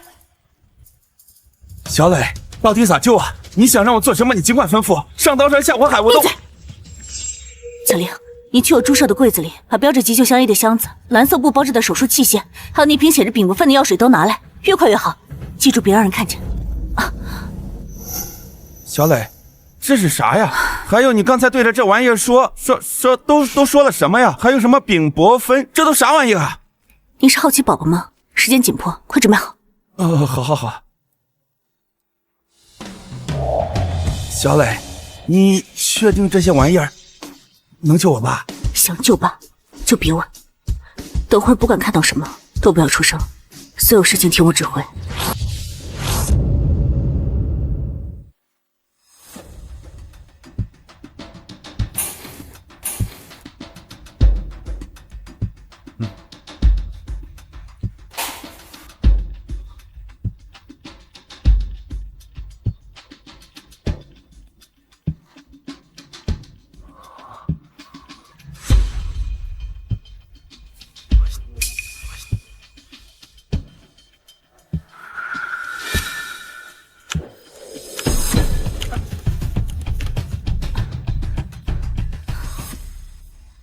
好了。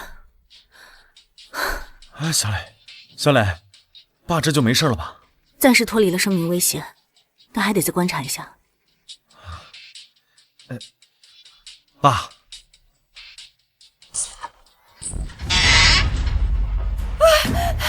杀人了！李小磊杀人了！把爸的头上写了你这个毒妇！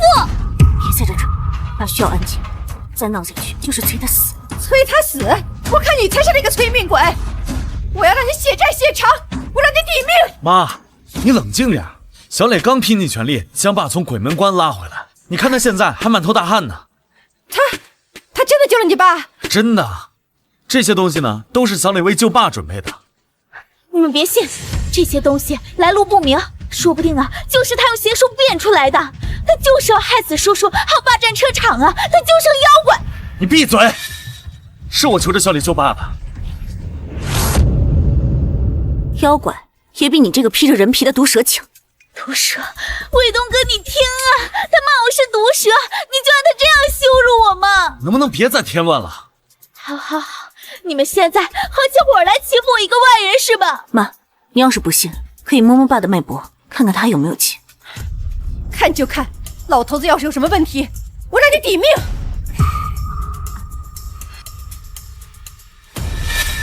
有脉动，可他怎么还没醒啊？打的麻醉还没醒，等药效过了，自然就会睁眼。阿姨，别信他的鬼话，他肯定就是没治好，故意在这里拖延时间。是不是鬼话？问问村医不就知道了。你还嘴硬！哎呀，别吵了！医生，你快来看看，是不是他在糊弄我们？妈，你怎么就不能信小磊一次呢？我刚刚一直在旁边看着，他是真的想救爸，你不相信他，难道你不相信你儿子吗？我信你，我信你的魂儿早被这个狐狸精给勾走了。医生，你快看，他到底有没有问题？这是怎么回事？这是怎么回事？看，我就说吧，他是个狐狸妹子，你把他害死了都！李小磊，我要跟你拼命！别以为你给工厂拿下投资就可以胡作非为。李小磊，你不会救人，你也不要害人啊！叔叔平时待你也不薄，你怎么能这么对他呢？怎么可能？刚刚不是这样的。儿子，你就是被他给迷惑了。我再说一遍，爸没事。你还在狡辩？医生都说过了，你难道真的不想让你爸善终吗？不，这简直是华佗转世！什么？刚才还药石无医呢，现在脉搏和呼吸都已经恢复正常了。哎，你简直就是神医呀！怎么可能？李小磊什么时候会这种医术了？那爸咋还没醒呢？麻醉药还没过，你们现在这样就是在影响爸的恢复。别以为医生夸你几句就得寸进尺，等你爸醒了再说。别以为医生夸你几句你就得寸进尺，等你爸醒了再说。爸，水啊，水。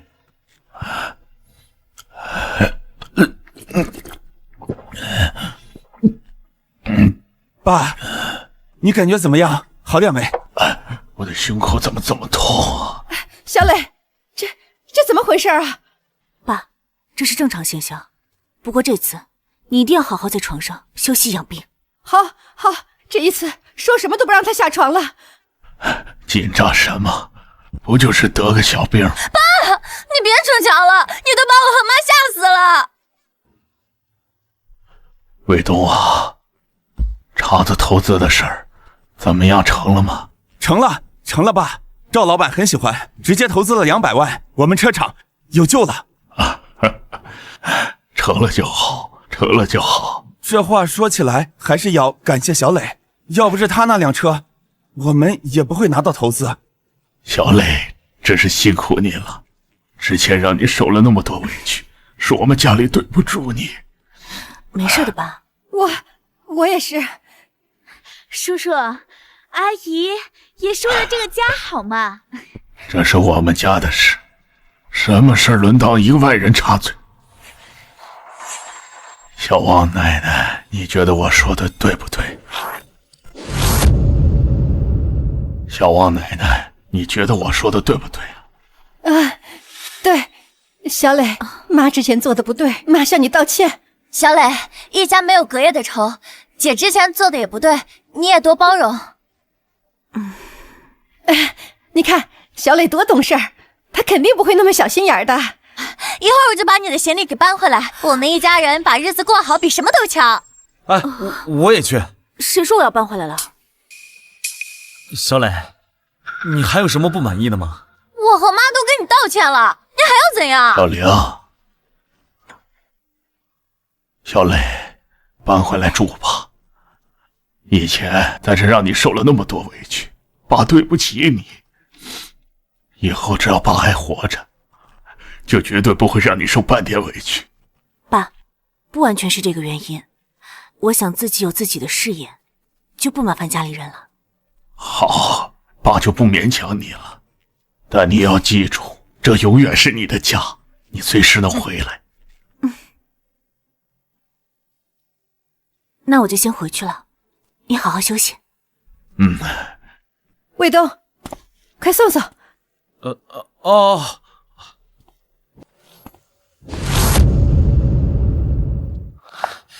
小磊，等等。怎么？还有啥事儿？我知道，以前是我混，瞎了眼，帮外人欺负你。你再给我一次机会行不行？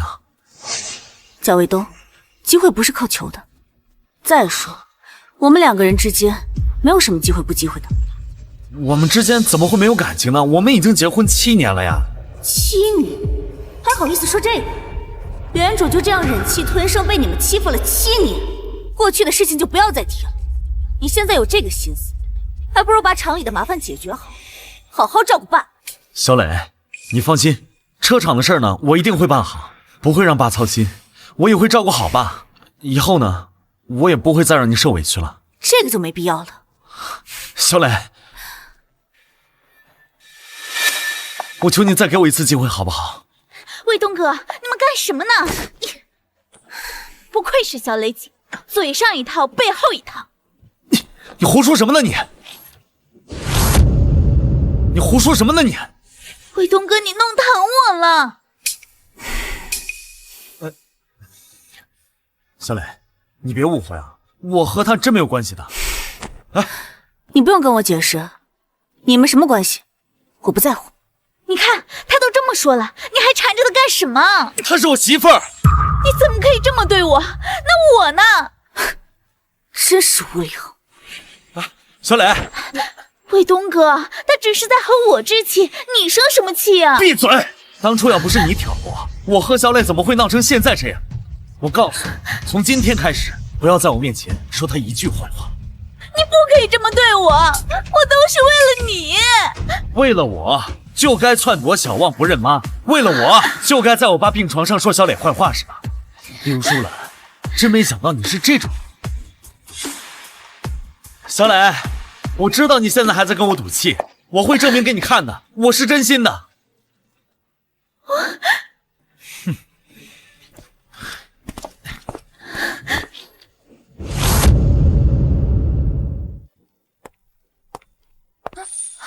小磊，你可算回来了！你知不知道我有多担心你？从那柜子里取出来一些东西，还有刀，可吓人了。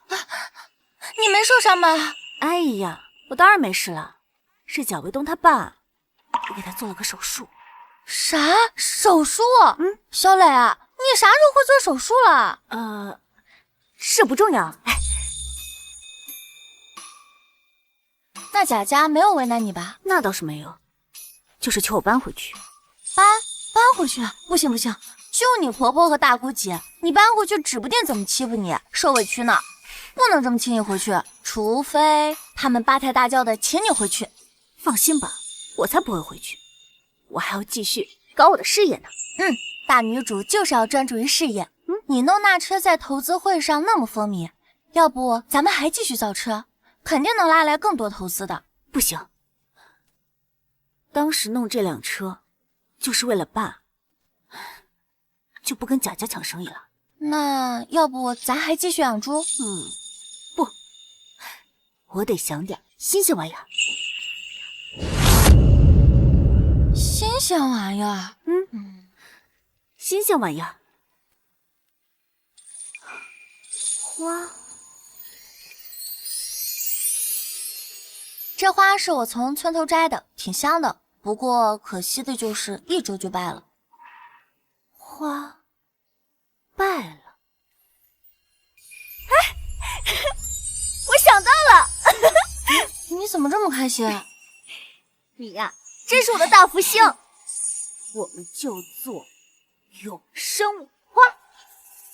永生花？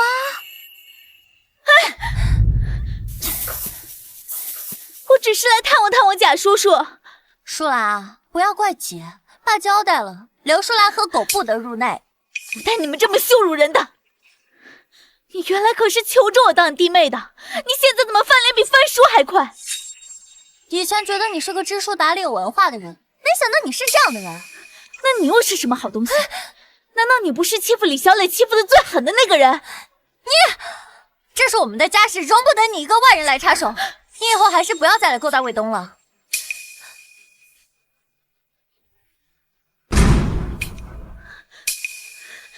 李小磊，你到底是什么妖魔鬼怪，居然把这一家人哄成这个样子！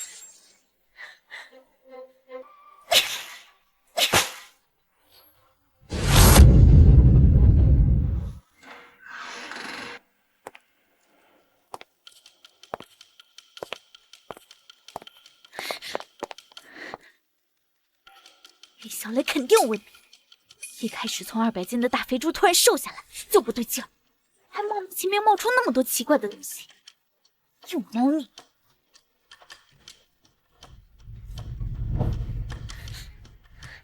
他手里拿的什么东西啊？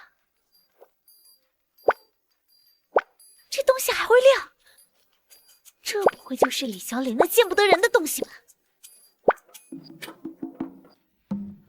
这铁妖怪还能往外吐东西，不会真的是什么妖术吧？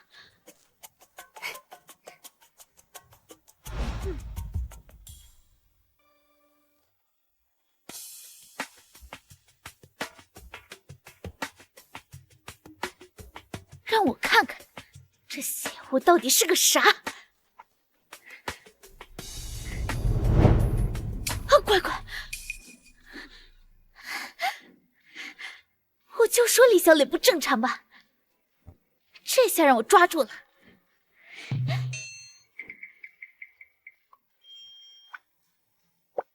警告，未授权操作。谁在说话？装神弄鬼！哼，一个铁疙瘩，我还治不了你了。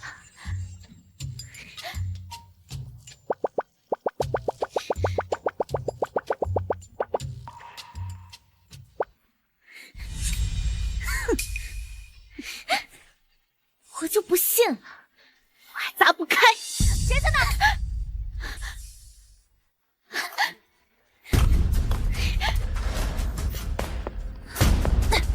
鬼鬼祟祟的，肯定蛮好心。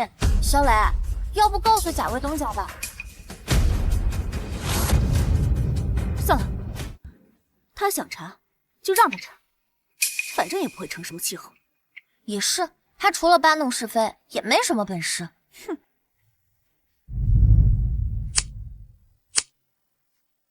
小磊，这些刚摘的花真能做成永远开着的样子？永恒应该做不到。但是3-5年是没有问题的。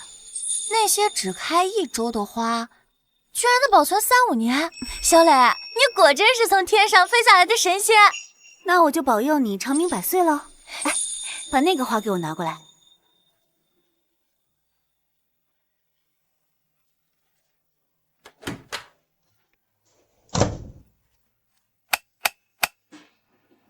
这是做什么？给花脱水。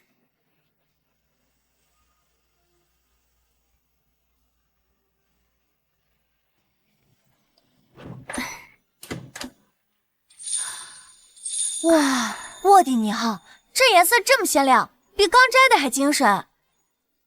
还有最后一步，定型。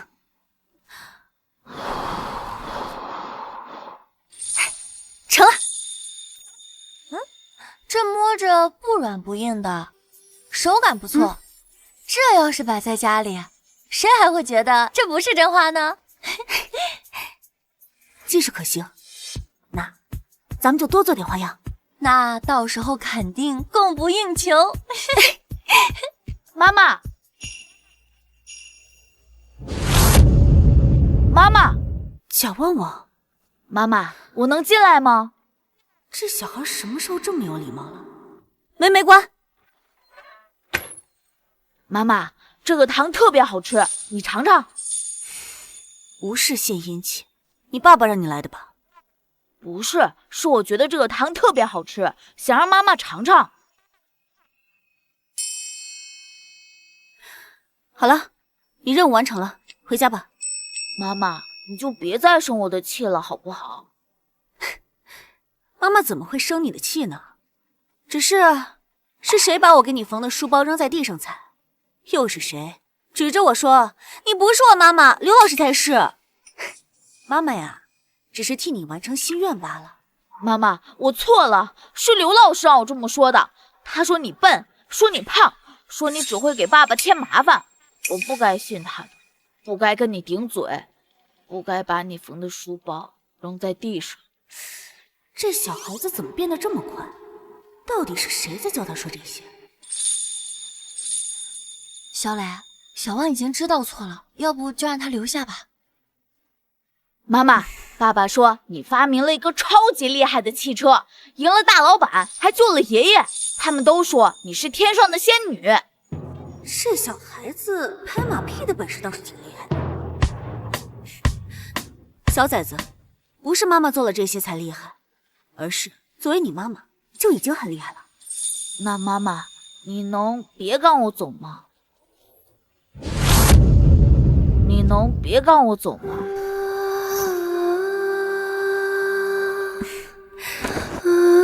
那以后可要听妈妈话啊。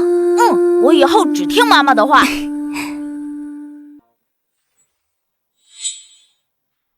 你说这花能卖得出去吗？小磊啊，你这花这么神奇，肯定会被抢爆的。哎，这不是贾家媳妇儿吗？怎么不在家好好伺候公婆，跑这卖起野花来了？看看呗。我看是想钱想疯了吧？这普通玫瑰花5毛钱一把，你这破盒子装着，还想卖出金哥的价？大家先别急着下定论。你们看，这是我今早刚摘的鲜玫瑰，花瓣已经开始发蔫了。而这些是我3天前做的永生花，颜色和手感是不是和刚摘的一样？哦，还真是。这永生花摸着潮乎乎的。不止呢，普通鲜花沾水多了会发烂，而我这花泡在水里都没事，摔也摔不坏，掉不了瓣儿。这花真能放3年？哎呀，放3年跟现在还一样。今年过年买一束，明年还能买，省得年年买新鲜花浪费钱。那给我来1束，我姐妹下个月出嫁，放新房里正好。好嘞。给我也来2束，我家老婆子就喜欢这红彤彤。给我来1盒，我送给我亲家，让他瞧瞧咱们村的新鲜玩意儿。好，别急，都有，5块钱1盒，保准值回票价。来，哟，李老板，几天不见，拓展什么新业务了？几天不见，拓展什么新业务了？这里不欢迎你。怎么了？这条街是你家的？李老板摆摊还见人下菜碟，你随便挑。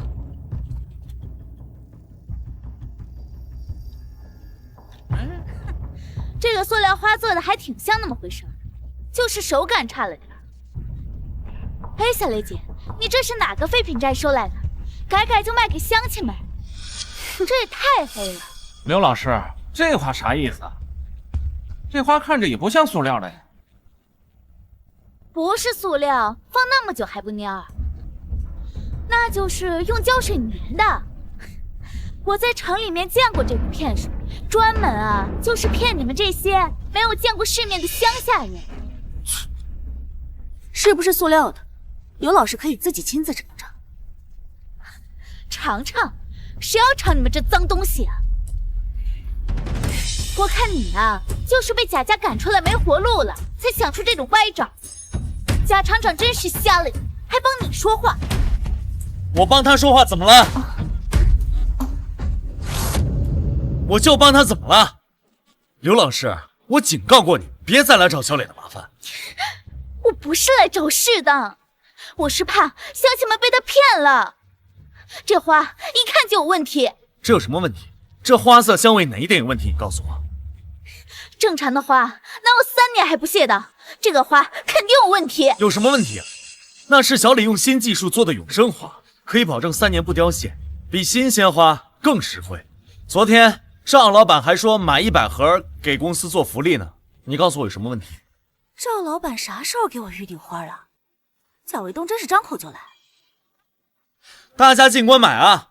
如果这花放不到3个月，我贾卫东赔10倍。贾厂长都担保了，肯定没问题。那我再来2盒，给我姐妹捎回去。一枝花而已，有什么稀奇的？你们都好好看看，不要被他骗了。刘老师就是看不得别人好吧？被骗了还帮着数钱。小磊，放心，有我在呢，保准没问题。谁要你走，多管闲事。我知道你本事大，但是家里总归得有个男人罩着是吧？买花就付钱，不买就让开，别挡着我做生意。买，给我来10盒，送客户。卫东哥，你就是被骗了，哪有什么新技术？以前还是个200多斤的胖媳妇儿，连锅都烧不好，怎么突然就会又造车又做花？这些东西要不是他偷来的，那他就是被什么东西附身了。闭嘴！你再胡说八道，信不信我杀你？他们仗着人都还开始欺负人了。你别血口喷人！我哪有胡说？我看他肯定是在猪舍里面装神弄鬼。哼，还有个怪柜子，说不定啊，就是在练什么邪术。这些花呀，就是他用邪术做出来的。你们拿回去啊，可能还会招灾呢。哎，刘淑兰，你把嘴巴给我放干净一点啊！那些本事都是小磊自己学的，他减肥是靠毅力，造车是靠脑子，做花是靠手艺，还轮不到你在这造谣。你什么你？你要是真有本事的话，就凭自己的能耐赢，别像条疯狗一样见谁咬谁。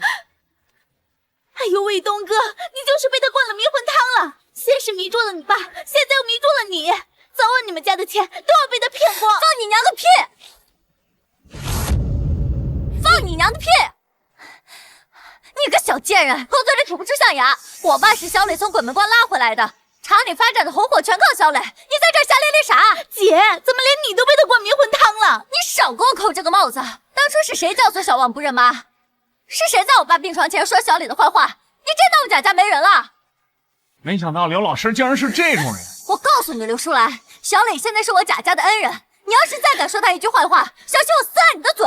就是刘老师真不是东西。就是，人家小雷救了贾厂长，还帮车厂拉了投资，也不知道你搁这酸啥呢？赶紧滚吧，别在这丢人现眼。他真的在家里藏了个怪柜子装神弄鬼，不信你们都可以去看看。怪柜子？那个柜子根本就不是木头做的，上面还有个会发光的屏幕，还会发出声响呢。那天我还看见他从这个柜子里面拿出些烟花晃的东西，不是当我就是真的，肯定在练什么邪术。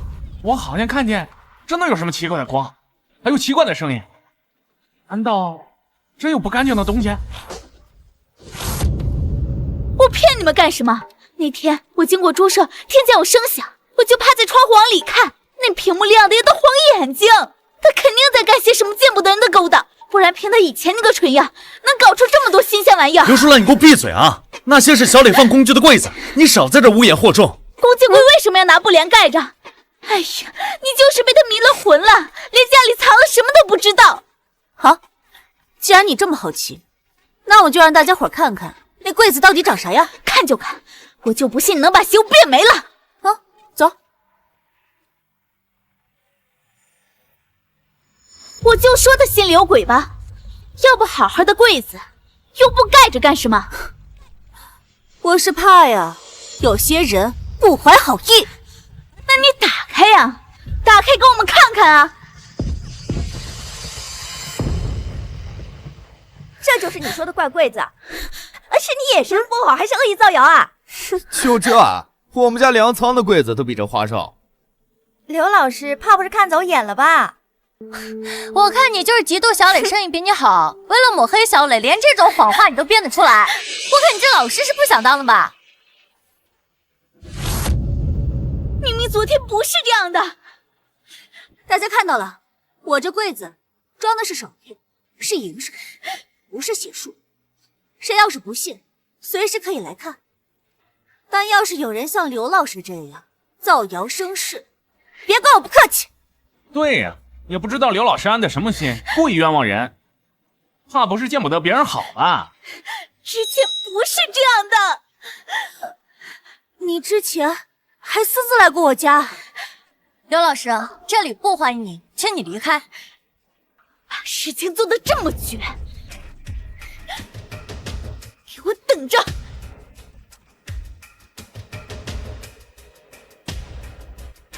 小磊，以后他要是再来捣乱，你直接告诉我，你直接告诉我啊！哎，我自己的事情会处理好的，用不着你费心。小磊，我们是一家人啊！哎，你在这儿傻瞪着干什么呢？快帮小磊去卖花去啊！好。小磊，他就这样嘴笨，你以后就使劲吩咐他干活。刘老师，求求你放我出去吧！小兔崽子，给我消停点！再吵，把你的嘴给封起来！刘老师，我害怕，这里黑黑的。哭，继续哭！刚刚不是还跟我说你的小磊妈妈好吗？刘老师，她是我妈妈，我当然爱她呀。好啊，那就你妈妈来救你啊！她不是有本事有能耐吗？我倒看他今天怎么把这个门给啃开？刘老师，求求你放我出去吧，我真的很害怕黑。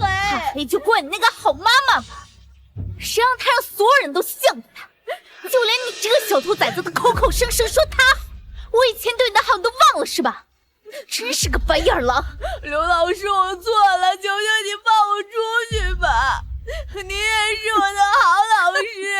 现在知道了，现在想起来，晚了，早干嘛去了？哼，贾卫东向着他，你也向着他，就连贾家的那帮老东西都向着他，都把我当傻子耍是吧？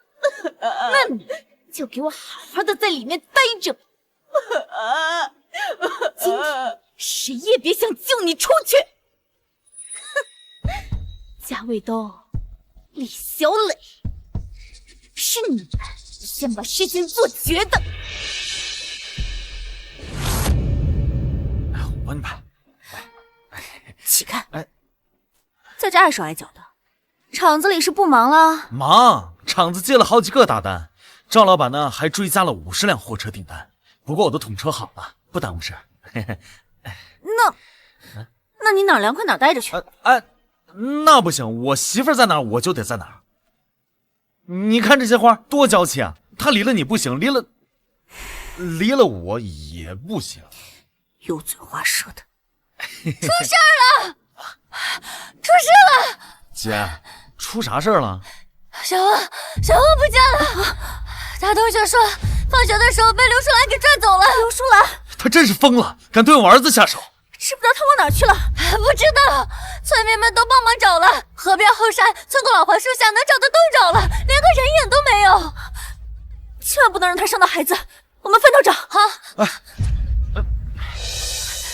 老师，麻烦问一下，你有看见刘淑兰和贾旺旺吗？刘老师，他刚才拽着个孩子往后山那个报告厅那边走了。好，谢谢你啊！妈妈救我！小万别怕，妈妈来了。李小磊，你果然来！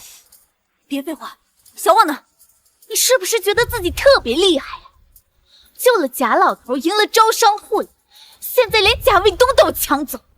刘淑兰，我不想跟你掰扯，把孩子交出来！在跟你说话呢，你以为自己是什么救世主吗？所有人都要捧着你，你真是个疯女人！妈妈救我！小旺，妈妈在这，别怕。把门打开！哼，凭什么？钥匙我已经丢了。刘淑兰，你针对我可以，拿孩子撒气，你还是人吗？我不是人，你又是什么好东西？你以为你张张嘴就可以让所有人都向着你了，就可以把所有的好处都占为己有了？我好不好不用你来评说。刘淑兰，你还是先想想自己为什么会被人厌恶吧。你胡说！这个孩子本来是应该让我当妈的，都是你这个狐狸精把他抢走了，是你毁了我的一切。刘老师，我真的建议你去精神病科看一看，这现在还有的救。要去医院的人是你，这个小兔崽子刚刚居然跟我说以后只跟你亲，还敢告诉你那些话都是我教他的。像这种白眼狼就应该关在小黑屋里，让他好好反省反省，谁才是对他真心的？真心对他好就是把他关在小黑屋里吓唬他，真心对他好就是教唆他不认亲吗？刘淑兰，你那叫真心，你那叫自私，叫恶毒。你闭嘴！200多斤肥猪转世的贱人，凭什么教育我？我看你就是在猪市里面搞一些歪门邪道的鬼把戏，用妖术勾引人。我勾引人？贾卫东我没跟你抢，我还嫌他烦呢。李小磊，我弄死你！刘淑兰，你别逼我动手！歪门邪道，你能拿我怎么样？是你逼我的，是你逼我的。本来是用来防身的，但事已至此，为了旺旺，我也没办法了。我靠，什么运气？有没有人管管？这可是人命关天啊！李小磊，连老天都看不惯你装模作样的样子了吧？你那个破玩意儿失灵了吧？我就说那些鬼把戏都是糊弄人的，什么永生花，什么新科技，全部都是骗人的。我看你现在怎么办？妈妈，你没事吧？刘老师，你个坏蛋，别欺负我妈妈！小汪，妈妈没事，别担心。都什么时候了，还在这里上演母慈子孝？今天我就要让你们知道，谁才是最后的赢家！你不是有本事有能耐吗？把自己瘦成个狐狸精，把贾卫东迷得团团转，连贾老头都护着你。哼，有本事你现在别躲呀！住手！住手！没事吧？卫东，你怎么会在这里？我在这好奇吗？我儿子被你关着，我媳妇儿险些被你打，我不在这儿，我应该在哪儿啊？不是的，卫东，你知道的，我是最爱你的，我只是想教训教训他，好让他们知难而退。刘淑兰，我真是看错你了，我怎么也没想到你如此蛇蝎心肠，连小孩子都不放过啊！看错我了，明明是你变了。爸爸，快救我出去！我没有闲工夫跟你这废话，你赶紧把小万给我放出来！凭什么？凭什么我要牺牲我自己成全你们一家人？我再给你最后一次机会，否则什么？否则你是要打我还是要骂我呀？贾卫东，这些年我对你可是一等一的好啊，是你亲口跟我说的。你和李小磊早就没有感情，还和他在一起只是为了旺旺，就这一句话我信了你3年呢。我那时候没有认清自己的真心，我现在只想和小磊、和小旺过好自己的小家，我们不要再有任何牵连。就这么轻飘飘的一句话，你就想把我们带过是吗？你问过我的意见吗？我不同意。你同不同意有什么用啊？你最好乖乖把我们家旺旺给放出来。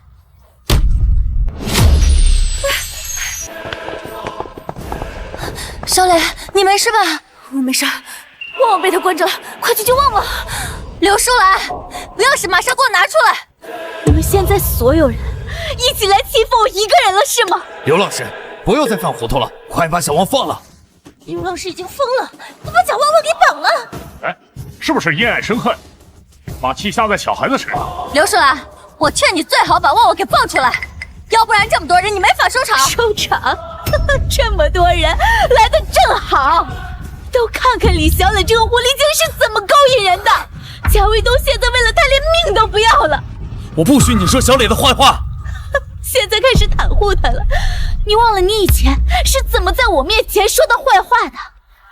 你落魄的时候，我是怎么陪着你的，你都忘了吗？我那时候脑袋昏了，我现在只想对小磊一个人好。贾卫东，你敢说你以前从来没有对我动过心？我的天，贾厂长真的和他有事啊！难怪刘老师盯着贾家不放，原来是这么回事。造孽呀，这真的是造孽呀！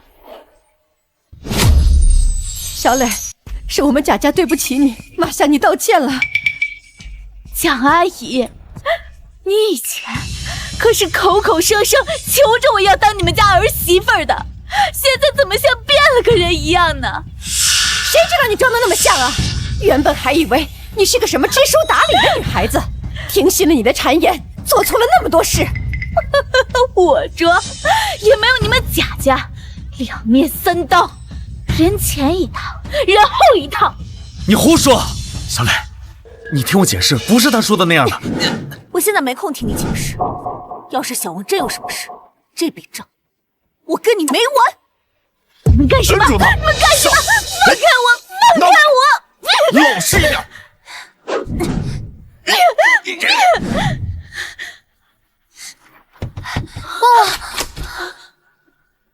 妈妈，我怕，他今天说让我永远关在那里。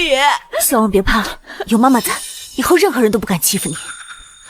刘淑兰，你对一个7岁的孩子下这种狠手，你就不怕遭报应吗？我最大的报应就是认识了这个懦夫。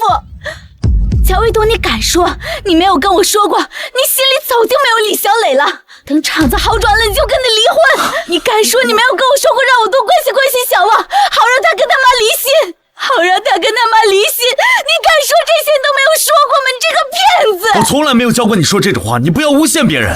好，现在他变好好看的瘦下来了，你就把我一脚踹了是吗？你这个王八蛋，你不得好死！够了！我以前是混蛋，我对不起小磊，我也对不起你。但我很早之前我就跟你说过了，我们没有任何关系了。我现在心里只有小磊一个人，我只求他能原谅我，弥补他，然后跟他好好过日子。好好过日子？那我呢？那我该怎么办呢？你疯了！我们贾家日子跟你有什么关系啊？我警告你不要再胡搅蛮缠了。你现在最好祈求，望望后续没有什么应激反应，否则我要你好看。他有什么应激反应，也是拜你们这对父母给他积的孽呀！弥补他，我过不好，我也要让你们全家都过不好。李小磊想风风光光的嫁入你们家当厂长夫人，做梦！我今天就毁了你，让他受祸光！那个杀奸大的毒妇，敢杀害我的儿子！你疯了你！刘淑兰，你个畜生！就算我弟以前对不住你，也轮不到你来动刀子。今天我非撕烂你的脸不可！李小磊，我要杀了你！快按住他！刘淑兰，快把他绑起来！李小磊，别跟疯子一般见识，自有法律收拾他。放开我！有本事跟我1对1！1对1？我又不是傻子。放开我！刘淑兰，你看看你现在像什么样子？身为国家教师，拿着国家工资，破坏家庭，伤害孩子，你的师德何在？3尺讲台是让你教书育人的，不是让你撒野作恶的。我没有，都是他们。是李小磊这个狐狸精勾引人，贾卫东是个骗子，这个懦夫他骗我，他们联合起来毁了我的一切，是他们害的我。从现在开始，你被我校正式解雇，即刻生效。我会亲自向教育局提交报告，陈述你的罪恶。我要看看哪个学校还敢用你这种败类！不可以，你不可以这么对我！我寒窗苦读10年，你们凭什么？我不服！活该！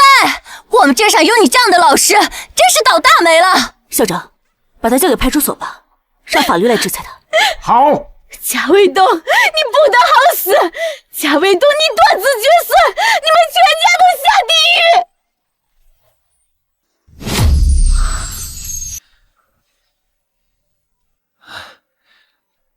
小磊，刘淑兰那件事儿，是我让你和小王受委屈了。我以前太混了。轻飘飘几句话就能把我们小磊受的委屈一笔带过，贾厂长，你可真是一字千金呢。我知道我说的再多都没有用，但我只求你给我一次机会，我真的改了。我以后呢，一定会好好对你，好好对小旺。小磊啊，跟我回家好不好？家里的炕呢，我给你烧的热乎乎的，以后家呢，全由你负责。你想种花就种花，想造车就造车，我都支持你。是啊，小磊，之前是妈做错了，妈给你道歉，你就跟卫东回家吧。猪舍哪有家住着舒服呀？妈以后天天给你炖鸡汤补身子。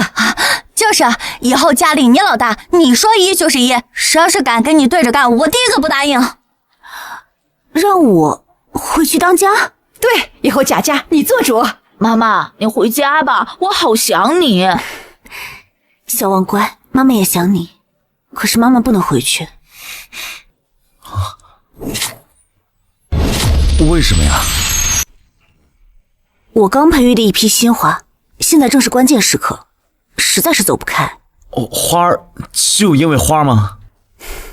不只是花。那还有什么？就知道逼问。小磊为了这批花饭都没好好吃，现在正是最要紧的时候，哪能说走就走啊？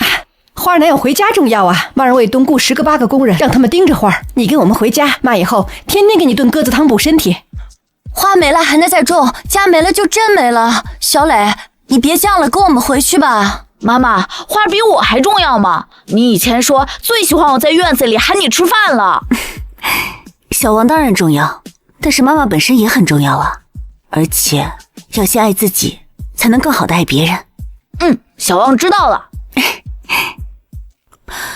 我明天有一批花要送到市里去，还缺几辆车啊？车？要多少都行，5辆、10辆，要多少有多少，我马上安排，保准送到。走走。